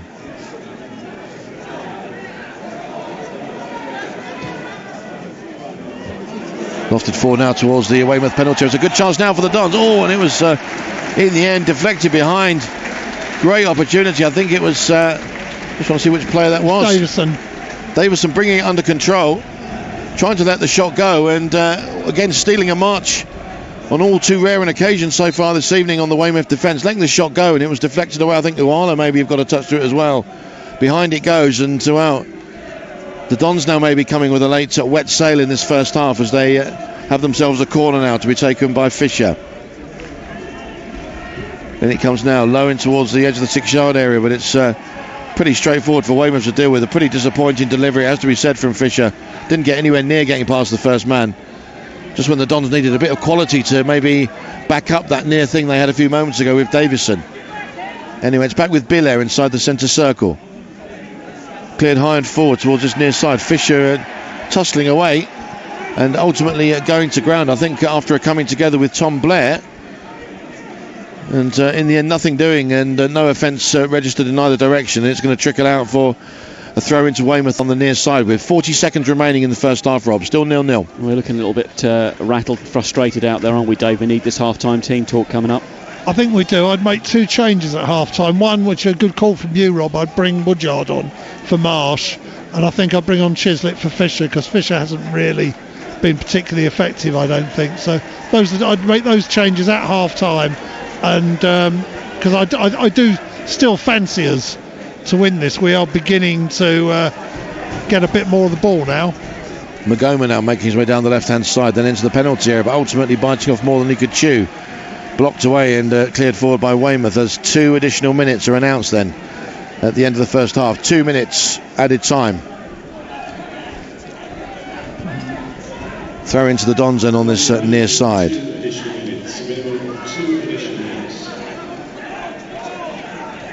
Belair prepares to take the throw. What can the Dons do right at the very end of this first half then? Thrown down the line by Belair, looking for Davison. Sandwiched between Blair and Beerwish. Magoma will pick it up towards halfway, tussling with Rose. It will break for Pearce. Now Ogundare towards that far side. Well closed down by O'Connell. Back it goes now to Broom. Now here's Towler moving forward towards halfway, clipped high and forward. Pell, I think, tried to flick it on. Not sure if he got a touch, but it will break for a Asau just to the right of the Weymouth penalty area. Pell's in the middle, so's Davison, so's Fisher. Still Asau tries to deliver the ball into the 6-yard box, takes another deflection behind. It's another corner to the Dons over on that far side with 1 of the 2 additional minutes played.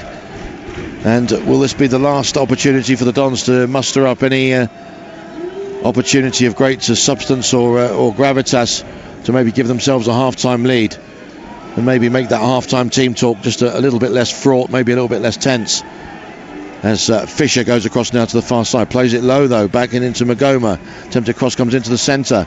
Ogundare's in the mix as well, but in the end no one was able to get the shot away. Again, the Dons may be over-egging the set-piece pudding. Back in there.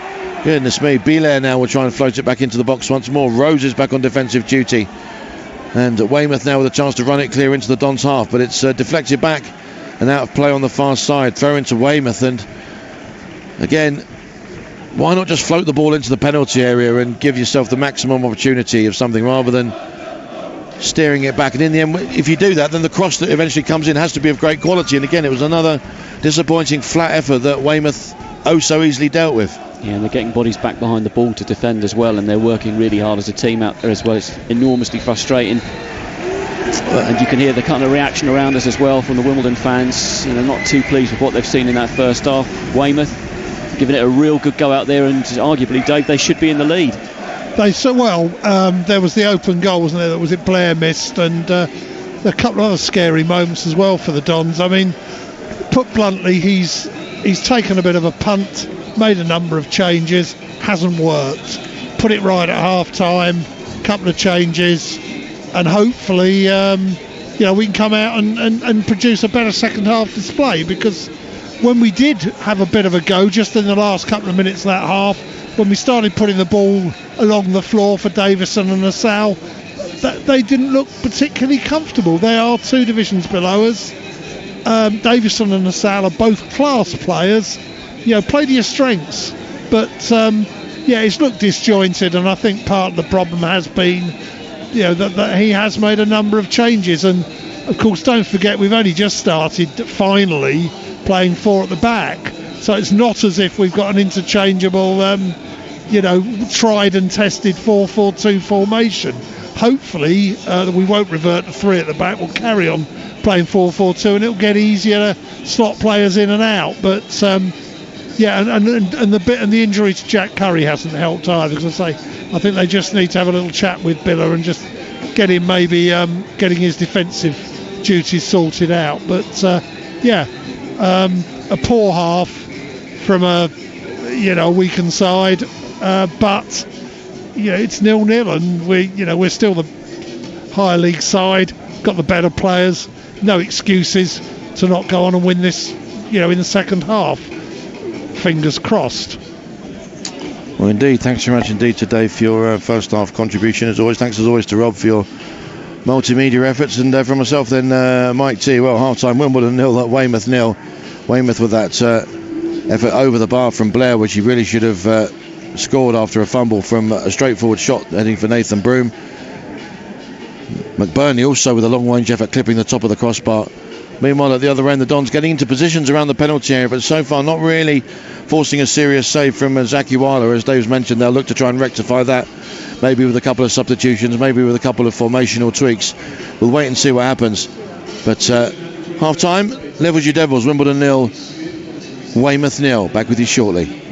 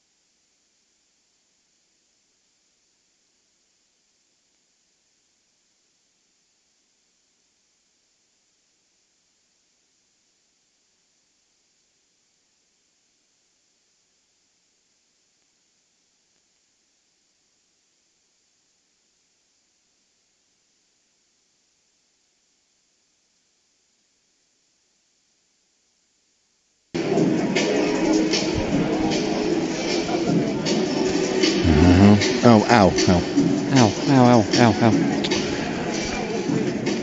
Welcome back then to the second half of the Dons against Weymouth in this Emirates-sponsored first round FA Cup replay. Dons then to get things underway in the second half, attacking the South London Movers stand, and the Dons needing a major reset, and straight away the ball is hoisted high and forward from the kickoff, and straight away I think the referee spotting an infringement, so it's a free kick then to Weymouth inside the centre circle. Again, interesting to see how maybe the two respective team talks will affect the dynamic of the game going forward. No indication of any further changes as well, just the one enforced at the moment, Jack Curryoff and Hussein Bida on in the first half. It's a free kick from Weymouth launched into the Dons penalty area, well played and well watched there by Broom. It was McBurney with the set piece. Broom launches the ball high and forward, but it goes too far ahead of Asal. It's with Zaki Uala now just inside his penalty area for Weymouth. Tied all in yellow this evening. Nathan Broom all in Lev Yashin-esque goalkeeping black. Ball it goes from Uala. Straight away Weymouth getting back on the attack down the right hand side with Blair angling his run in towards the penalty area, twisting one way then the other. Still Blair, can he tee it up for one of his colleagues as it Rose, edge of the penalty area, it's drilled in. Oh goodness me, it wasn't that far off target, just narrowly wide of the left hand junction of crossbar and post, and I think it was McBurney who struck it. Again, very, very close indeed. He had that effort in the first half that just skimmed the top of the crossbar, and after real determined work down that right hand side from Tom Blair, shook off a number of challenges, teed it up for his captain Xander McBurney, put his foot through that one, and Broom was beaten away to his right, and in the end the ball not that far wide of the left hand post as you look at it. Dave nervously checks his phone again to see that he doesn't get any text from his work colleague's dad. I've already had one, Rob, something along the lines of saved by the woodwork. So yeah. Coming for 2 minutes gone then in the second half.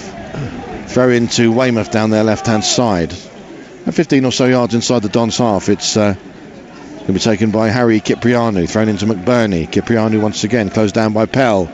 Back it goes to Zaki Uala, gets it onto the right foot, then launches it high and away towards the far side. Billa's after it. Blair also competing for the ball, but Weymouth will come away with it once more, but referee spotting the infringement there, so in fact it's going to be a free kick to the Dons. Just a little sign there, I thought, of a bit of a sort of high press, so maybe we're going to try and do what we did against Orient and compete for the ball. Should be nice. Free kick played low by Magoma into the left side of the box. It's Sabila, and he tries to steer it beyond Zaki Uala, and it's gone into the right hand corner of the net. And just when the Dons needed a touch of inspiration, it's Ayub Asal who was set free into the left side of the box and repeats his goal at the Bob Lucas Stadium 10 days ago. Looked up, steered it around Zaki Uala, right hand corner of the net, and after a first half when the Dons needed a spark of inspiration from somewhere against a really determined and dogged Weymouth side, it's arrived 3 minutes after the break. Such a simple goal, wasn't it, Michael? Just a well-picked pass. I don't know where the full-back was, but Asal was in, and the form he's in at the moment, his finishing is quite spectacular. Well, I think that makes him our top goal scorer for the season. Well, I mean, if you disregard obviously the suspension on Saturday, I think that's goals in his last 4 matches now. Yeah. And again, unorthodox taking of the free kick. Magoma, I think, slid it low along the ground, and I think unlike previous free kicks that maybe have gone against the grain somewhat, it was a quality delivery, and if you're going to do those type of free kicks, you've got to make sure they pay off, and they certainly did for the Dons on that occasion. Magoma through the gap into the left side of the box, Asal running in on the angle towards goal and measuring the finish perfectly beyond Zaki Uala, right hand corner of the net, and it's Wimbledon 1, Weymouth 0, and now, well, the Dons, whatever was said at half time has taken effect in terms of the scoreline within the opening 3 minutes of the second period. And again, something you mentioned on Saturday, Dave, the fact, and I think it was obvious to all of us how much the Dons missed Ayub Asal.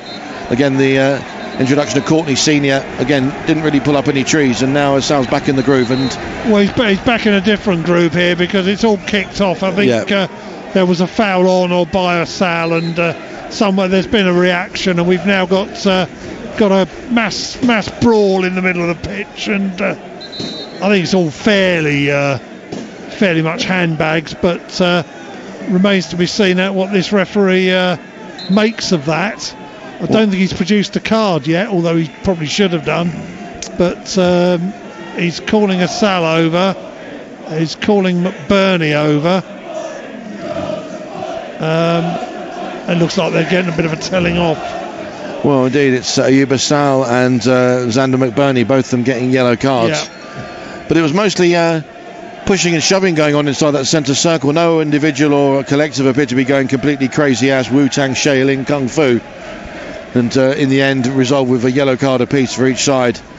And storming a polystyrene teacup, Dave, in the end. But again, not necessarily what you want to see. And Weymouth perhaps feeling they should at least be maybe on level terms, falling behind. And I think maybe a bit of frustration potentially creeping in there. But well, we've seen both sides again of Ayuba Sal, haven't we?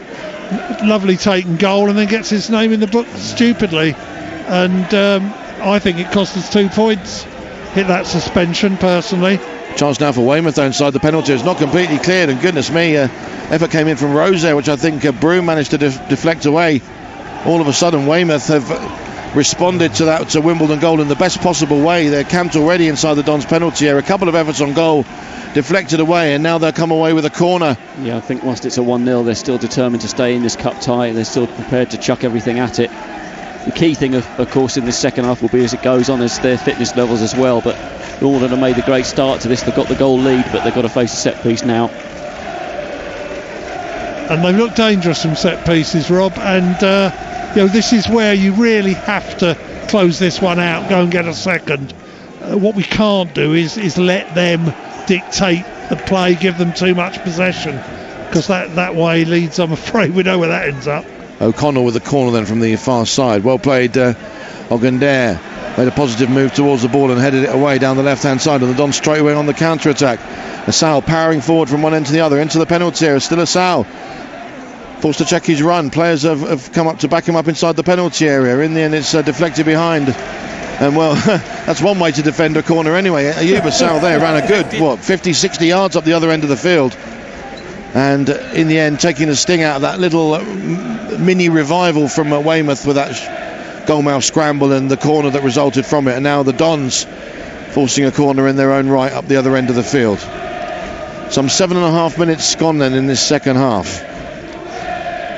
Again, Ayuba Sal giving the Dons a lead against Weymouth in the FA Cup. In comes the corner now from the far side. Right into the mix. Oh, and goodness me, it was a clear header.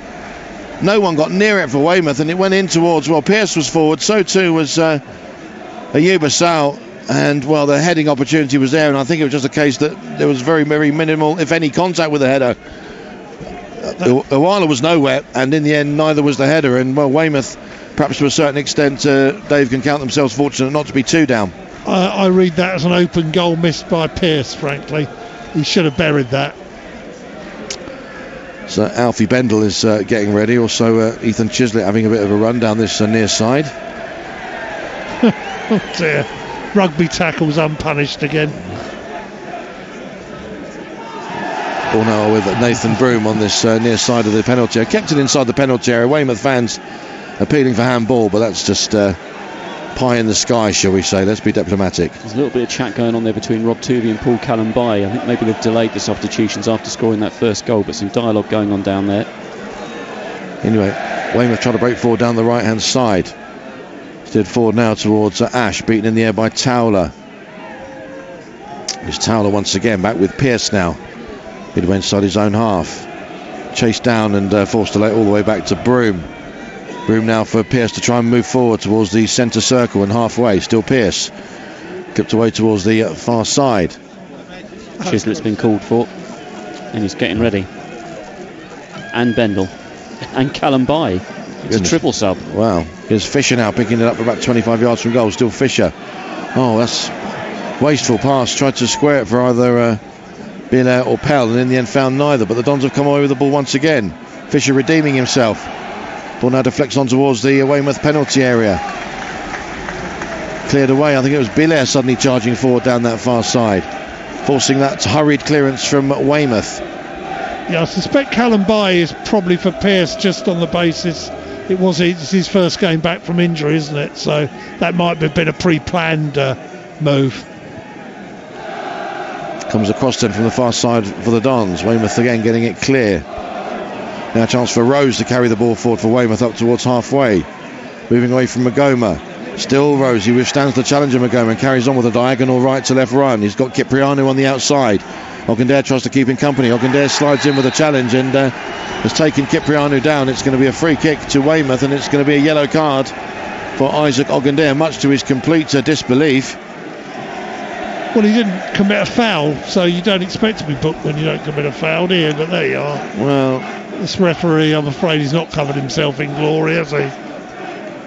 Maybe you want to look at a later junction. Not sure how much contact he made with the ball or Cipriano there, but certainly didn't hack Cipriano to the ground in any kind of malevolent or malicious way. It was a far cry from that attempted manslaughter on Curry in the first half, wasn't it? Which wasn't even a free kick. Well, there you are. So 3,672 then, the attendance, 561 from Weymouth. What a good support that is from the southwest on a Tuesday evening. Anyway, free kick then to Weymouth for the foul on Ogundare, or by Ogundare rather, on Cipriano. O'Connell will take it from just to the left of the penalty area for Weymouth. Well, at least what was adjudged to have been a foul by Ogundare. It's a bit dodgy this if they get the delivery right. And it comes from O'Connell right into the 6-yard area. Ogundare atones for the award of the kick by getting it clear back towards halfway. Delivered high and straight back forward by McBurney into the penalty area. Pearce will clear it with the header for the Dons. Magoma tussling again with Rose, and it's the Weymouth man who wins out once again. Feeds O'Connell now towards the left-hand side, trying to go on the outside of Ogundare. Ball still into the edge of the 6-yard box. Pearce will get there first, but doesn't clear it very far. Now it's Marsh who puts his foot through it up towards halfway. And Davison has managed to elude Beerwish. And Beerwish has caught Davison up. Both of them go to ground, but no foul. Play continues. It's with Blair now over on that far side. Launched high and forward towards the Dons penalty area. Ash is underneath it. Pearce though wins it for the Dons. Steers it towards the near side. O'Connell will let it roll out of play. Throw into Weymouth. Ethan Chislett imminent for the Dons. So too is Alfie Bendel. And also for Weymouth, it's Josh Oyinsan who's due on as well. Yeah, just as they were starting to look like they were going to have a little decent spell there, I think these substitutions will break up the play here, won't they, Dave? Yeah, they will. I mean, as you say, a triple change. Just be interesting to see who's coming off. Pearce, I'm fairly sure. Fisher, I would expect. It's just a question, I think, of where Bendel slots in. I mean, Asal, I noticed another little petulant push from him. So I'd be a little nervous if I was Johnny Jackson. I think he needs to be told to calm down, but don't want to be taking him off at this stage. Right. So it's Fisher who's off then for Chislett. George Marsh will be replaced by Alfie Bendel. And Paul Callenby also coming on for the Dons. We think it's going to be in place of Alex Pearce. Which case would the captain's armband switch to Pell possibly? It would if I was manager, but who knows? It is indeed. There you go. It goes to Pell. So the three substitutions end for the Dons. Chislett, Callenby and Bendel for the Dons. And coming on for Weymouth, as I've said, number 16, Josh Oyinsan. Yeah, he's got 58 minutes there, Alex Pearce, on the legs, and his first game back since that groin injury up at Bradford City, and he looked a little bit heavy-legged when he came off, but more game time for him, Dave. Yeah, it's been a useful run out for him. As I say, my only concern is that if we end up with 3 fit centre halves, we don't try and play them all, but anyway, that's for another day. But yeah, those are just straight swaps really, aren't they? Although I would think Bendel's probably a more attacking midfield option than George Marsh. It's interesting they've gone with Bendel rather than Woodyard. Maybe that's because we're in front now, I don't know, but 1-0 is never it's never a decisive lead, is it? Another substitution, in fact, for Weymouth. They're making a double sub. Cipriano off and Oyinsan on, and also Luke Nippard has made way for substitute Cam Murray. What's he seen here? Well, the referee again having words with Ogundare, and also the freshly introduced Josh Oyinsan of Weymouth, wasting no time in making his presence felt. I think I was going to say is also the thing with Alex Woodyard as well, having come back from that calf strain, that Johnny Jackson was saying he wanted to manage that carefully, his return, and if it gives him a chance to have that little bit of an evening off perhaps and play Bendel, it's an opportunity there. Yeah, absolutely, Robin. To be fair, Woodyard probably has played more minutes than they might ideally have wanted coming back. He's managed it well, and he's been, he's got better with each game. But yeah, I think you're right. Probably be quite glad if he doesn't now have to use him. Sal now streaking forward down the left-hand side in towards the edge of the penalty area. Plenty forward in support inside the penalty area, in towards Pell. Little flicked on header towards Chislett. Oh, and he's touched it in beyond Zaki Awala.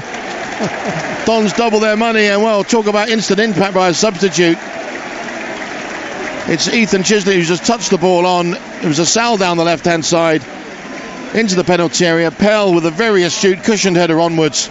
And in the end, Ethan Chislett just about winning the race to the ball with Zaki Awala. Flicked it over the former Dons keeper. And it's bounced into the back of the net. And now is that clear daylight between the Dons and Weymouth? Is that going to be enough to kill off the plucky National League South side, who've given the Dons such a hell of a game in the first meeting and also in the first half here this evening? But again, maybe is it fatigue, maybe playing a part to a certain extent, as maybe we thought it would. The Dons, of course, with those substitutions that they could call upon.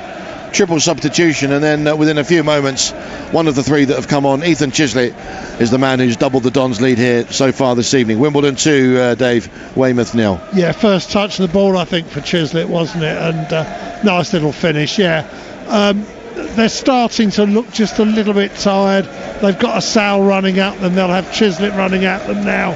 Davison never seems to tire, so this could turn ugly actually for Weymouth, although we could equally still manage to make a pig's ear of it. But you kind of feel Wimbledon should be able to, finish this off now. Come the Dons now over towards the far side, and Sal tussling away for the ball. I think the referee's given a free kick to the Dons. Sal again wearing his heart on his sleeve there. Perhaps coming in for a bit of roughhousing from Weymouth over on that far side, but the free kick's been awarded. And with the Dons currently now in possession of a 2-0 lead, no need to get involved in anything potentially silly, any potential acts of retribution from the Weymouth side. No, and that's something they've warned that some of the players who are on yellow cards as well. In fact, of course, the 19th league game coming up as well, and you don't want to pick up another unnecessary yellow unless you really have to. Callum Bailly now steers the ball all the way back to Broom. His Towler now towards the far side. Rose tries to close him down. Forward it goes to Pell. Another astute flicked header onwards.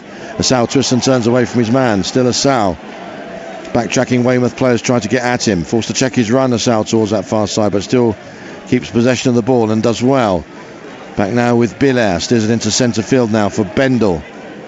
Here's Chislett in centre field. Nicely forward into Pell. Little back heel, and Chislett runs her into the area. Could it be 3 for the Dons? Oh, it's hit the post and it's bounced in.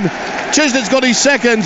And that surely now is a good night, Weymouth. 63 minutes gone. And well, Ethan Chislett scoring within a few moments of coming on, and then within a few moments of that has doubled his money. Second and third touch, I think we saw there. Nicely taken goal, nicely worked goal. A couple of neat little flicks and tucked in off the inside of the post from the super sub, who's, as I say, 3 touches, 2 goals. But I'm getting a bit concerned with Asal. He really doesn't seem to be. He's getting fouled constantly, but he's reacting even after the free kick's been awarded, and he's already got a yellow. And the last thing we need is him being suspended again.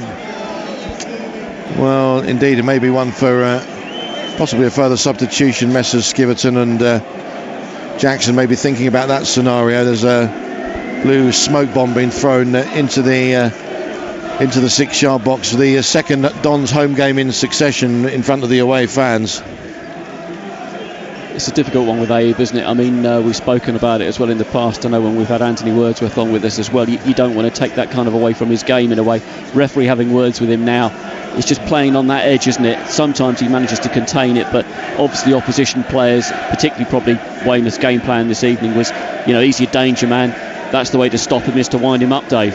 Well, that is the thing. He has. I know he's still, not great, but he has improved greatly this season, to be fair to the lad, and he is given unnecessary provocation. Very seldom gets the protection that the rules of the game entitle him to. But at the same time, you know, as a manager, you've got to look at that and think, well, we're 3-0 up. Is it worth the risk? Why not just take him off, give Quayne Bartley a run out against a tiring and probably now dispirited opposition. So there we go. Surely Dons now with what looks like an unassailable lead, but again, still don't want to take the foot off the gas. They want to make sure they're still looking determined from an attacking perspective, and also not giving Weymouth even the hint of an opportunity to maybe get back into this game.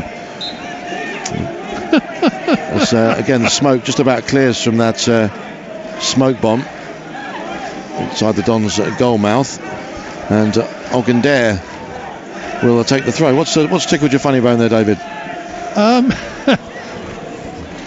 I'm not sure what I was grinning at there. I think it was the fact that the Weymouth player was attempting to take a throw in when the ball had been deflected, almost a 90-degree angle off their player, and then he was, isn't it our throw, ref? Oh, right, one of those. Yeah, one of those just fractional misinterpretations of the law. Well, just a bit silly, really, but like the ref's going to say, oh yeah, okay, yeah, but perhaps it is your throw. Because they always do that. Oh, of course they do, yeah.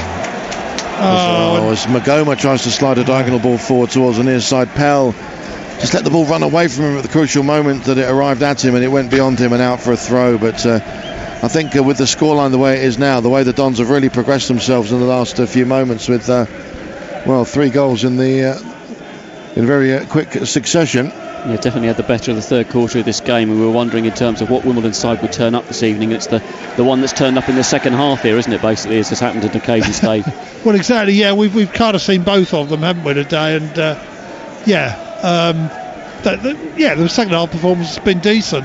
They've scored 3 reasonably good, 3 decent goals, and but at the same time, let's not get ahead of ourselves. We are playing a team from the Conference South who have, for 135 minutes, pretty much kept us on level terms. But the important thing now is that we close this out, keep a clean sheet, don't get any more injuries or any silly disciplinary issues, and put it to bed and look forward to a trip to Merseyside with hopefully, or the Wirral, with hopefully some more positive outcome on the weekend.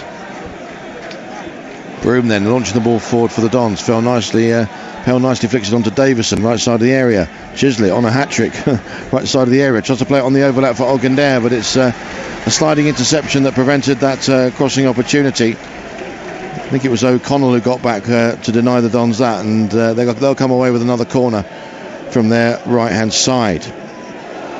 Chislett, who's scored 2 goals in very quick succession, will now deliver a corner from this near side. 3-0 to Wimbledon then. Have the National League South side been put to the sword finally here against the Dons? And it comes now from Chislett, pulls it back towards the edge of the 6-yard box. Back with Chislett again on the near side. It's Rose who gets it clear with a header, but Weymouth couldn't maintain possession. Back now with Magoma towards halfway, happy to steer it all the way back to Nathan Broom. Now Magoma once again. Cross now to Towler towards that far side. Here's Biller. A few yards inside his own half. Back with Towler. Now here's Callum Bailly. Turns one way then the other. Feeds it back out to Towler towards that far side. Back with Biller once again. Don just happy to bide their time and again send it from left to right, from right to left. And here's Biller now with a chance to launch it high and forward towards the near side. It's Chislett. Brings it nicely under control. Moves towards the penalty area. Still Chislett towards the edge of the area. Chance for Pell with a shot. Oh, and he steered it beyond Zakiwala, but just onto the roof of the net in front of that South London movers stand. Another quick fire and incisive move for the Dons. It was Biller who released Chislett down the right hand side. Steered in towards Pell, who tried to sweep the ball on first time above and beyond Zakiwala, which he did, but also just fractionally over the crossbar as well. And how Harry Pell would relish a goal here this evening, but still 3-0 for the time being. I suspect Ethan Chislett's wondering why he didn't have a pop himself there. And there's a chance now for Chislett to feed it forward for Davison. Up against Carlisle, moving towards the right edge of the Weymouth penalty area. Checks and moves back in field. Now Magoma trying to weave his way through into the centre. He's gone down under challenge, but nothing doing according to the referee. Weymouth have cleared their lines away toward the far side. Throw in quickly taken. Magoma looking to try and tiptoe through the Weymouth defence, but no way past them, and no award of a penalty when he went to ground. Magoma now on that far side. Lovely return pass into the penalty area for the Dons into Asau. Teed up now for Chislett, edge of the box. Shapes to shoot. Releases Davison now, right side of the area. Oh, and in the end it was two Weymouth defenders who slid in and got themselves towards the path of the ball. One of which was Matsuzaka, the other was Carlisle. And the way the Dons worked that over, and the man over was Davison. Struck it with power. Weiler went down, but in the end the two defenders ahead of them, between them, have collectively deflected that one behind. Another corner to the Dons, and well, Dons really now in complete command of the proceedings, and finally just extinguishing the FA Cup life out of Weymouth for this season. Well, that's twice now Ethan Chislett's been unselfish. When he could have wrapped up his hat-trick there, he teed it up again there and he's taken the corner now. When it comes, it's another header that comes in, easily saved by Awala. I think it was Pell who got forward, but in the end directing it straight at the former Dons keeper. Straight away though, the Dons have it back once more. It's Bendel inside the centre circle. Callum Bailly now into Magoma. Nicely into Chislett. Magoma takes over, gliding down the right hand side for the Dons. Now angling is running towards the penalty area. Still Magoma taking on Weymouth players in quick succession, and in the end just biting off a little bit more than he could chew, and it was hoiked out of play. But Magoma has at the very least precipitated a throw-in now for the Dons on this near side. But Magoma there initially just sort of taking his time and nonchalantly moving forward down the right, and then really getting his head down and angling his run in field with real power and determination, but ultimately coming to nothing. And well, one day he'll do a Ricky Villa style FA Cup goal, won't he? But this evening not quite managing it. They're enjoying their football out there now, they really are. They're playing it around, they're looking for more goals here as well, but in marked contrast, Dave, to the first half where Weymouth really were frustrating us.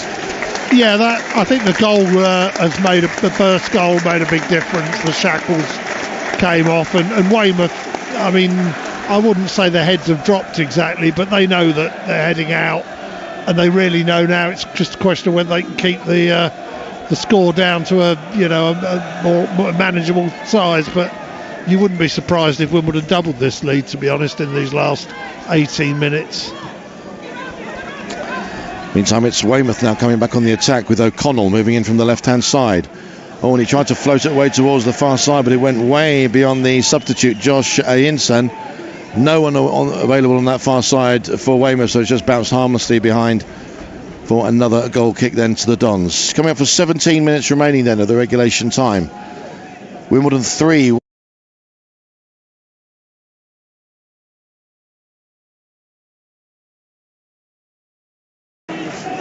In that first half, and certainly had the better, perhaps overall possession, overall passing. Certainly the majority of the chances that were created hit the woodwork, and had an open goal as well, which they somehow spurned.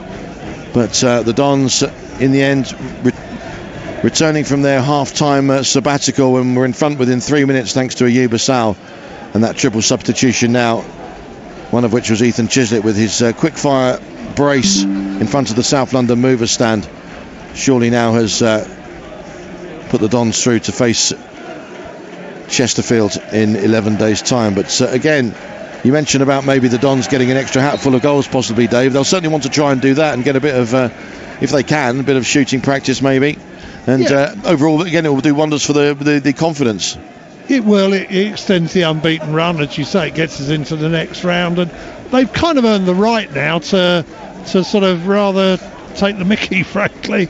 They're just playing the ball around and letting the oppo chase shadows, and then pulling the trigger when they can, as Pell with a cheeky back heel there. Indeed, taken on by Ogundair, and now Chislett will try and steer it back to Magoma. Now with Pell, here's Magoma once more, back into his own half for Callum Bailly. Slowing the game almost to walking pace. Here's Chislett now, back inside his own half and squaring it now in towards centre field for Towler. Now here's Bendel. Towler once again turns and steers it back to Broom. Towler once more can take up the running, moving forward. Another high hanging ball forward. It went beyond Pell despite getting there or trying to get there at full stretch. In the end, it's bounced all the way through to Zaki Awala. So certainly the Dons, you would think, looking for further pickings against their National League South opposition. Weymouth, mostly spent maybe as an attacking force, apart from the occasional burst forward from the likes of O'Connell. It's a free kick now to Weymouth. Foul on Zaki Awala just outside the penalty area as he looked to try and clear the ball. But with 14 and a half minutes remaining of the regulation time, again, it's just the sudden coming together of all the quality players that the Dons have, really hitting the wet cell. Everything coming together just at the right time for a really devastating spell of 3 goals, I think, in the space of about 18 minutes or so. That's finally put paid to certainly a very dogged and a very impressive and determined, despite their lowly league position in National League South, Weymouth side here this evening. And they've got themselves a corner now over on the far side. And just making sure the Dons keep their eye fully on the ball here from a defensive perspective and don't allow Weymouth even a crumb of an opportunity or a crumb of encouragement to come back into this one. And it comes from that far side then with the corner in towards Rose. It's well dealt with by Davison. Dons get it clear only as far as McBurney. Hoisted high and forward away towards that far side once more. Bielair goes in with a challenge. One of the Weymouth players that goes to ground. Looked like it was honest coming together between the two of them. Kind of muted penalty appeals from the Weymouth fans. No one in the Weymouth side seemed to appeal, but as a result of that coming together, they do now have a man down inside the Dons penalty area.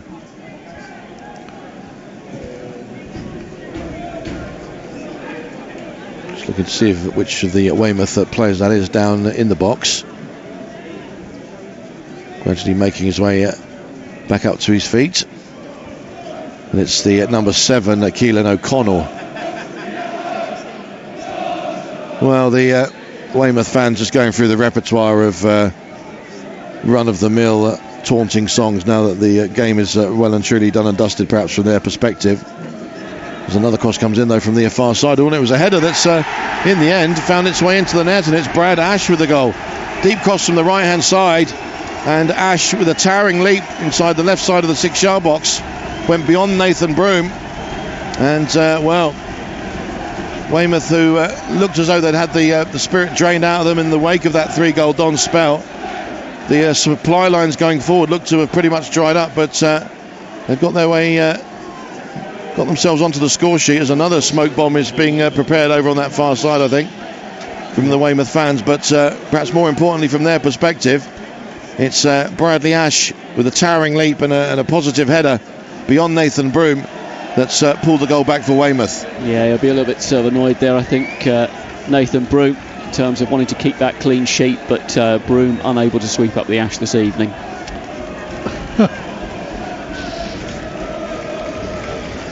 Oh, thank you very much, Michael. That's tremendous. And we now have another smoke bomb, which is further delay, which I mean, I really don't understand what the. I mean, what is the point? Well, we know that one Orient fan is now facing a ban as a result of some pyrotechnic-based activity from that end of the ground last week, and now it's the second one from Weymouth, and it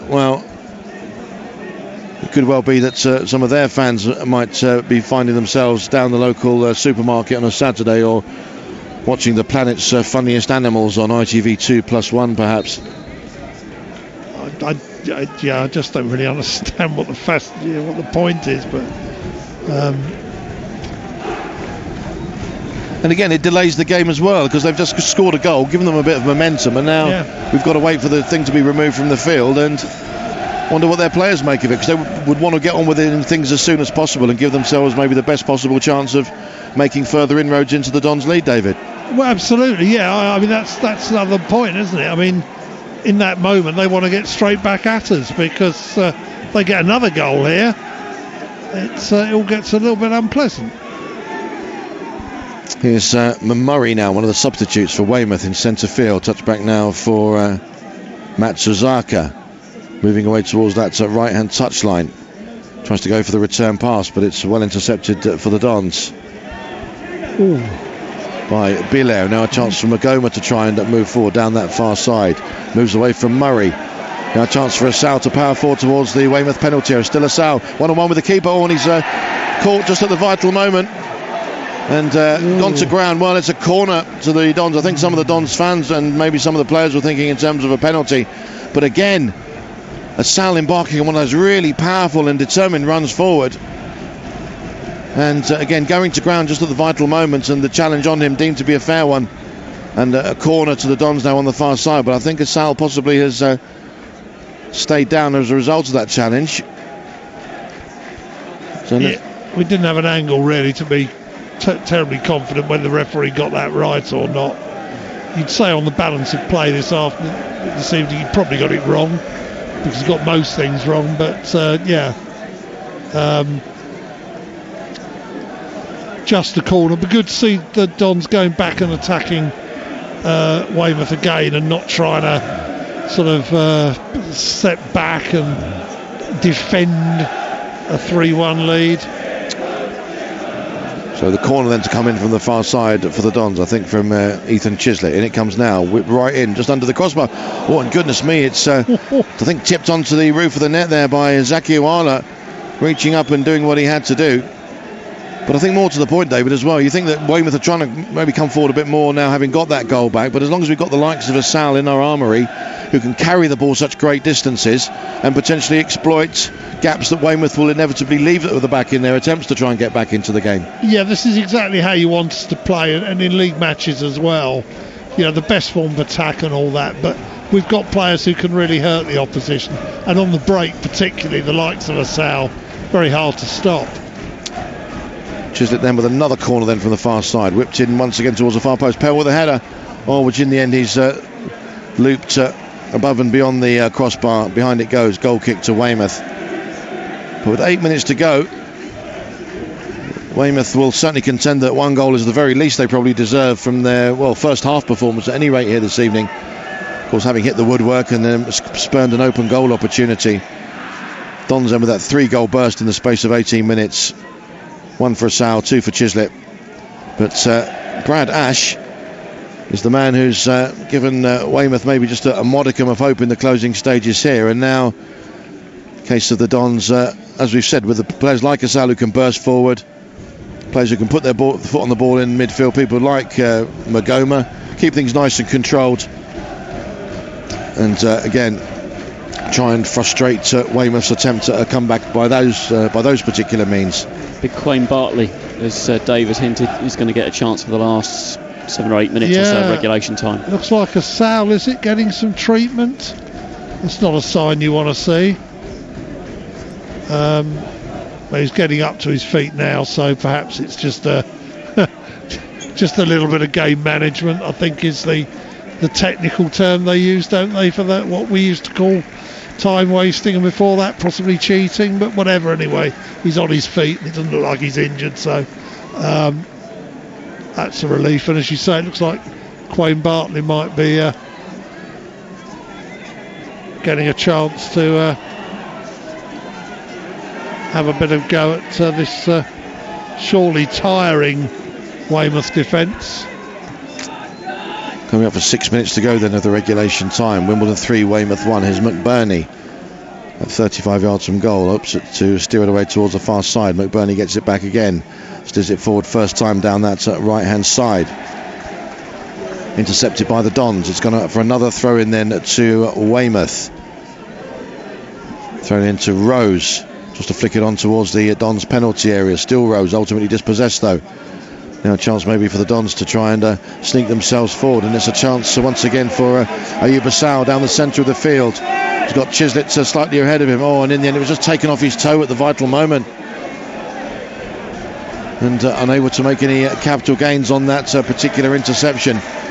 Pell was also in an advanced position the other way for Asal. Maybe he could have passed to him as well, but in the end Weymouth take it away from the Dons and now come forward again down the left. But it's a brilliant interception. Bendel sliding in to dispossess Keelan O'Connell. Now here's Magoma. Back now with Ogundare. Floated forward towards halfway. Pell will steer it high and onwards for the first time. Goodness me. Out it goes on this near side for a throw into Weymouth. But Courtney Senior will now be brought on for the Dons. With about 5 minutes to go, of course, substituted at Salford on Saturday and now brought back into the fray for the closing stages. And it's Ayuba Sal who's going to make way. And well, what a performance. Vital goal that finally broke Weymouth hearts to steer the Dons in front. He's been running at them for pretty much all of the second half. And he, more than anyone, I think, deserves a positive outcome from this evening. The Dons 3-1 to the good. And Courtney Senior now charged with the task of keeping the Dons as relevant and as threatening as possible as an attacking force, just to have that as the best form of defence perhaps, as Weymouth maybe look for further pickings. And straight away Senior in on the action, moving forward down the left hand side, still on the outside. Ball comes in towards the centre. It's no nonsense clearance away towards the far side for Weymouth. Doesn't quite go out for a throw though, but they've passed it forward now, and Callum Bailly can intercept for the Dons. Now Magoma, Callum Bailly once again.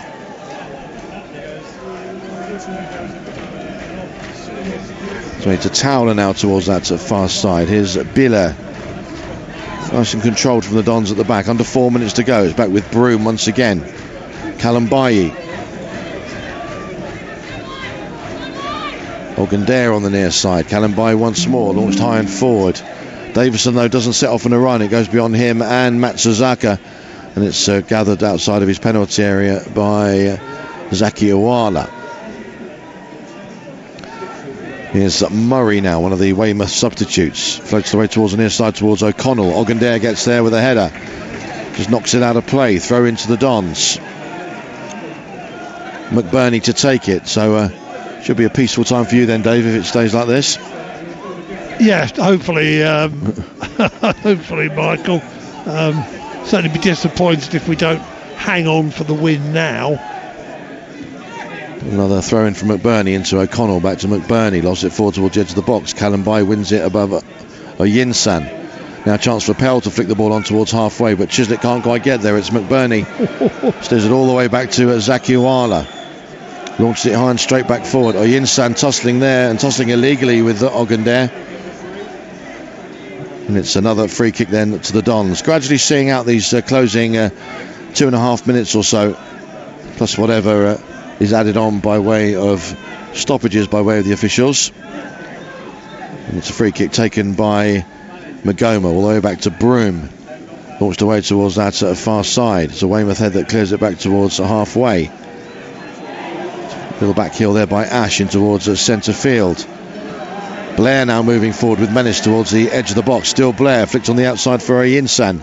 Tried to steer it back square for Blair, but the two of them couldn't link up again. Dons get it clear towards Davison. McBurney steps in. Ogundare, though, will now stick it high and forward, and Senior's after it in a foot race there with Bearwish, and it's the Dons man who'll get there first. Oh, but Bearwish got back and dispossessed Senior and tried to play it forward, but Towler will now come forward towards halfway and get the Dons going once again down the left-hand side.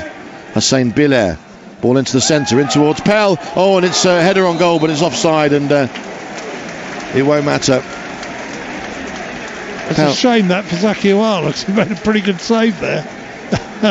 He'd probably have been quite happy to have conceded the corner and not seen the flag go up. Indeed, as he launches the ball forward now from that free kick. Callum Bailly tussling with Oyinsan. Flag up on the far side from the assistant. Offside the decision there against Weymouth. Very nearly inside the last of the 90 minutes and of regulation time. Wimbledon 3, Weymouth 1. All the goals in the second half. Ayuba Sal right at the start of the second half, then 2 for Ethan Chislett immediately after coming on as substitute. Brad Ash then making things interesting with a goal back for Weymouth. As Broom takes the free kick for the Dons midway inside his own half. It's Murray towards that far side, gets the glancing header onwards. Out it goes, throw into Weymouth on the far side.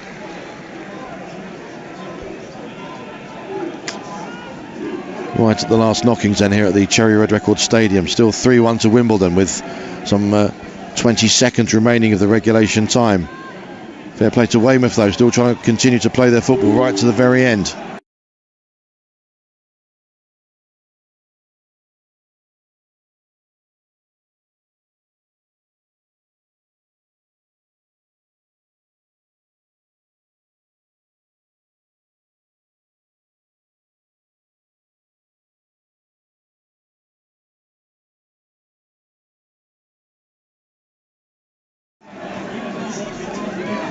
As Blair makes his way in towards centre field from the right hand side. Here's O'Connell. Blair will now try his luck with a shot from about 25 yards out, but in the end steered it well wide, low of the left hand post. Behind it goes as 6 additional minutes are added on at the end of the game. 6 minutes added time. Not entirely sure where that's come from, possibly a tad excessive, but at least the Dons know what they need to do just to see things out in the closing stages. I think it's 30 seconds per substitution, isn't it, mostly? Forward it goes from Broom then. It's nodded back forward by Carlisle for Weymouth. Bieler takes control on the far side. Back now with Towler. Here's Bendel midway inside his own half. Here's Magoma. Nicely slid forward in towards Chislett, but just couldn't control it at the vital moment. Rose stepped in and tried to steer it forward for Weymouth, but Magoma takes control, has the shirt pulled as he tried to turn away from the number 11 and goal scorer for Weymouth, Bradley Ash. So it's another free kick then to the Dons. I think Harry Pell was expressing in quite vocal terms what he thought of the absence of an advantage rule being played there.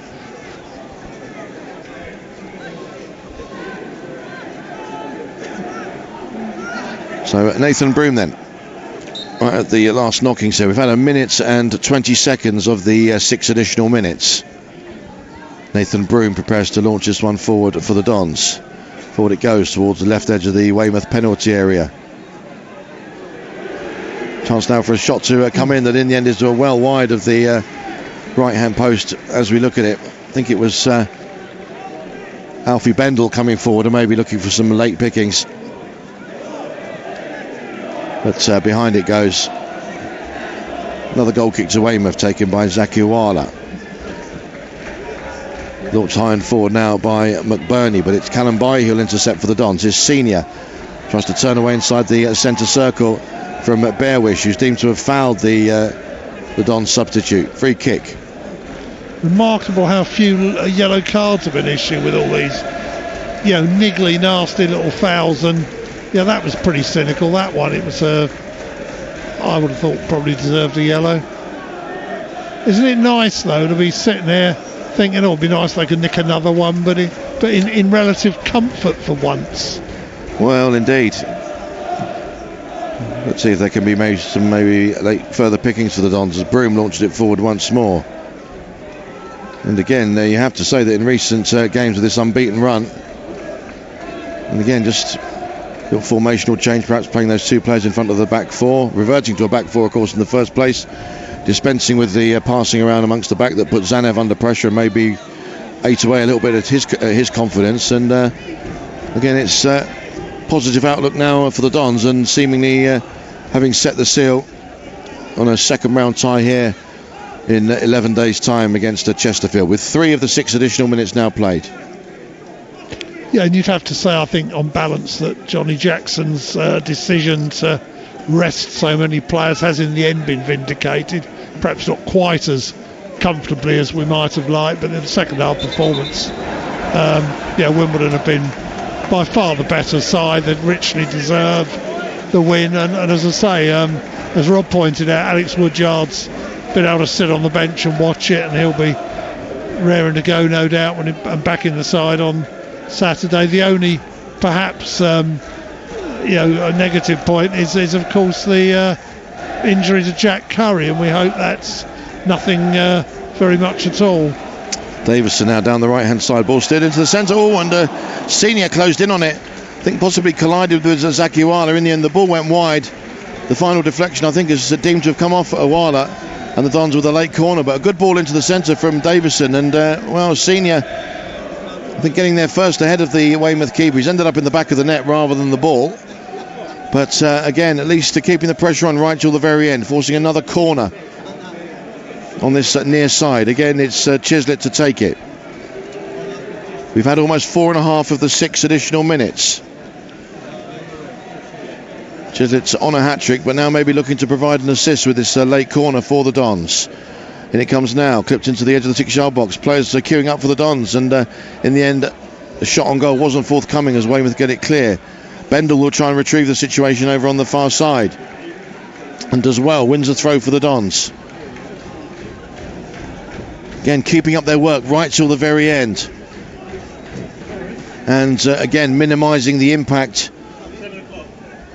and the further collateral damage that goal back for Weymouth could have inspired for them. I think that was important, how the Dons reacted in the wake of that goal from Bradley Ash. But in the end, looks as though that's going to be the sole riposte for the Terrors here this evening at the Cherry Road Record Stadium. Still 3-1 down, and the Dons 40 seconds of stoppage time away from a place in that second round against Chesterfield. Forward it goes from Broom towards that far side with a lofted clearance. Dons can retrieve it once again towards that far side. Pell back towards halfway.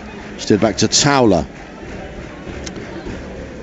Bides his time. Turns one way then the other. Decides on the easiest option, which is a ball back to Nathan Broom. Cleared high and forward by him. Davison again.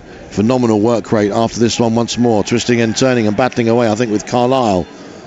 As in the defender, not the town. Another ball delivered into the Weymouth penalty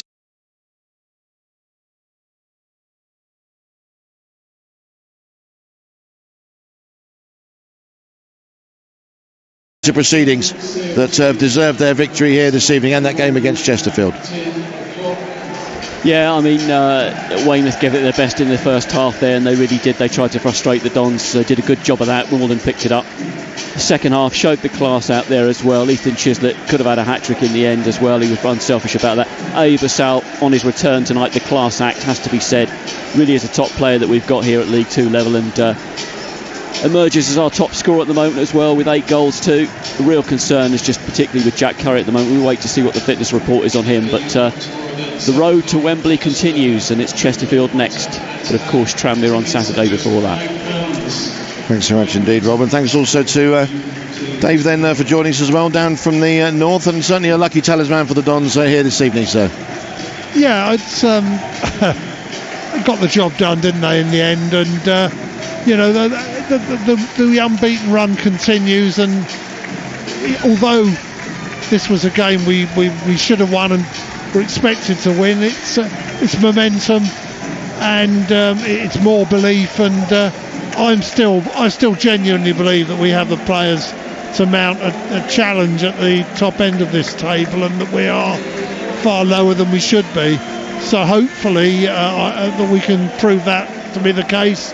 Another decent performance in the north on Saturday and pushing on, but what I do hope is he plays a stronger side against Chesterfield, because they may be now a non-league side, but there'll be a different proposition to Weymouth, I imagine. Absolutely, occupying a much higher league position as well, but let's see how that pans out. First things first though, Tranmere then this Saturday in Sky Bet League 2. Dave will be with us in the north, so too will Rob. We look forward to seeing them there. Many thanks to them for their efforts and joining us here this evening. And for myself, Mike T, greetings and salutations to all of you joining us out there. We're back with you for Tranmere away this Saturday, the 19th of November. Kick-off 1500 hours Greenwich Mean Time in Sky Bet League 2. Hope you can join us for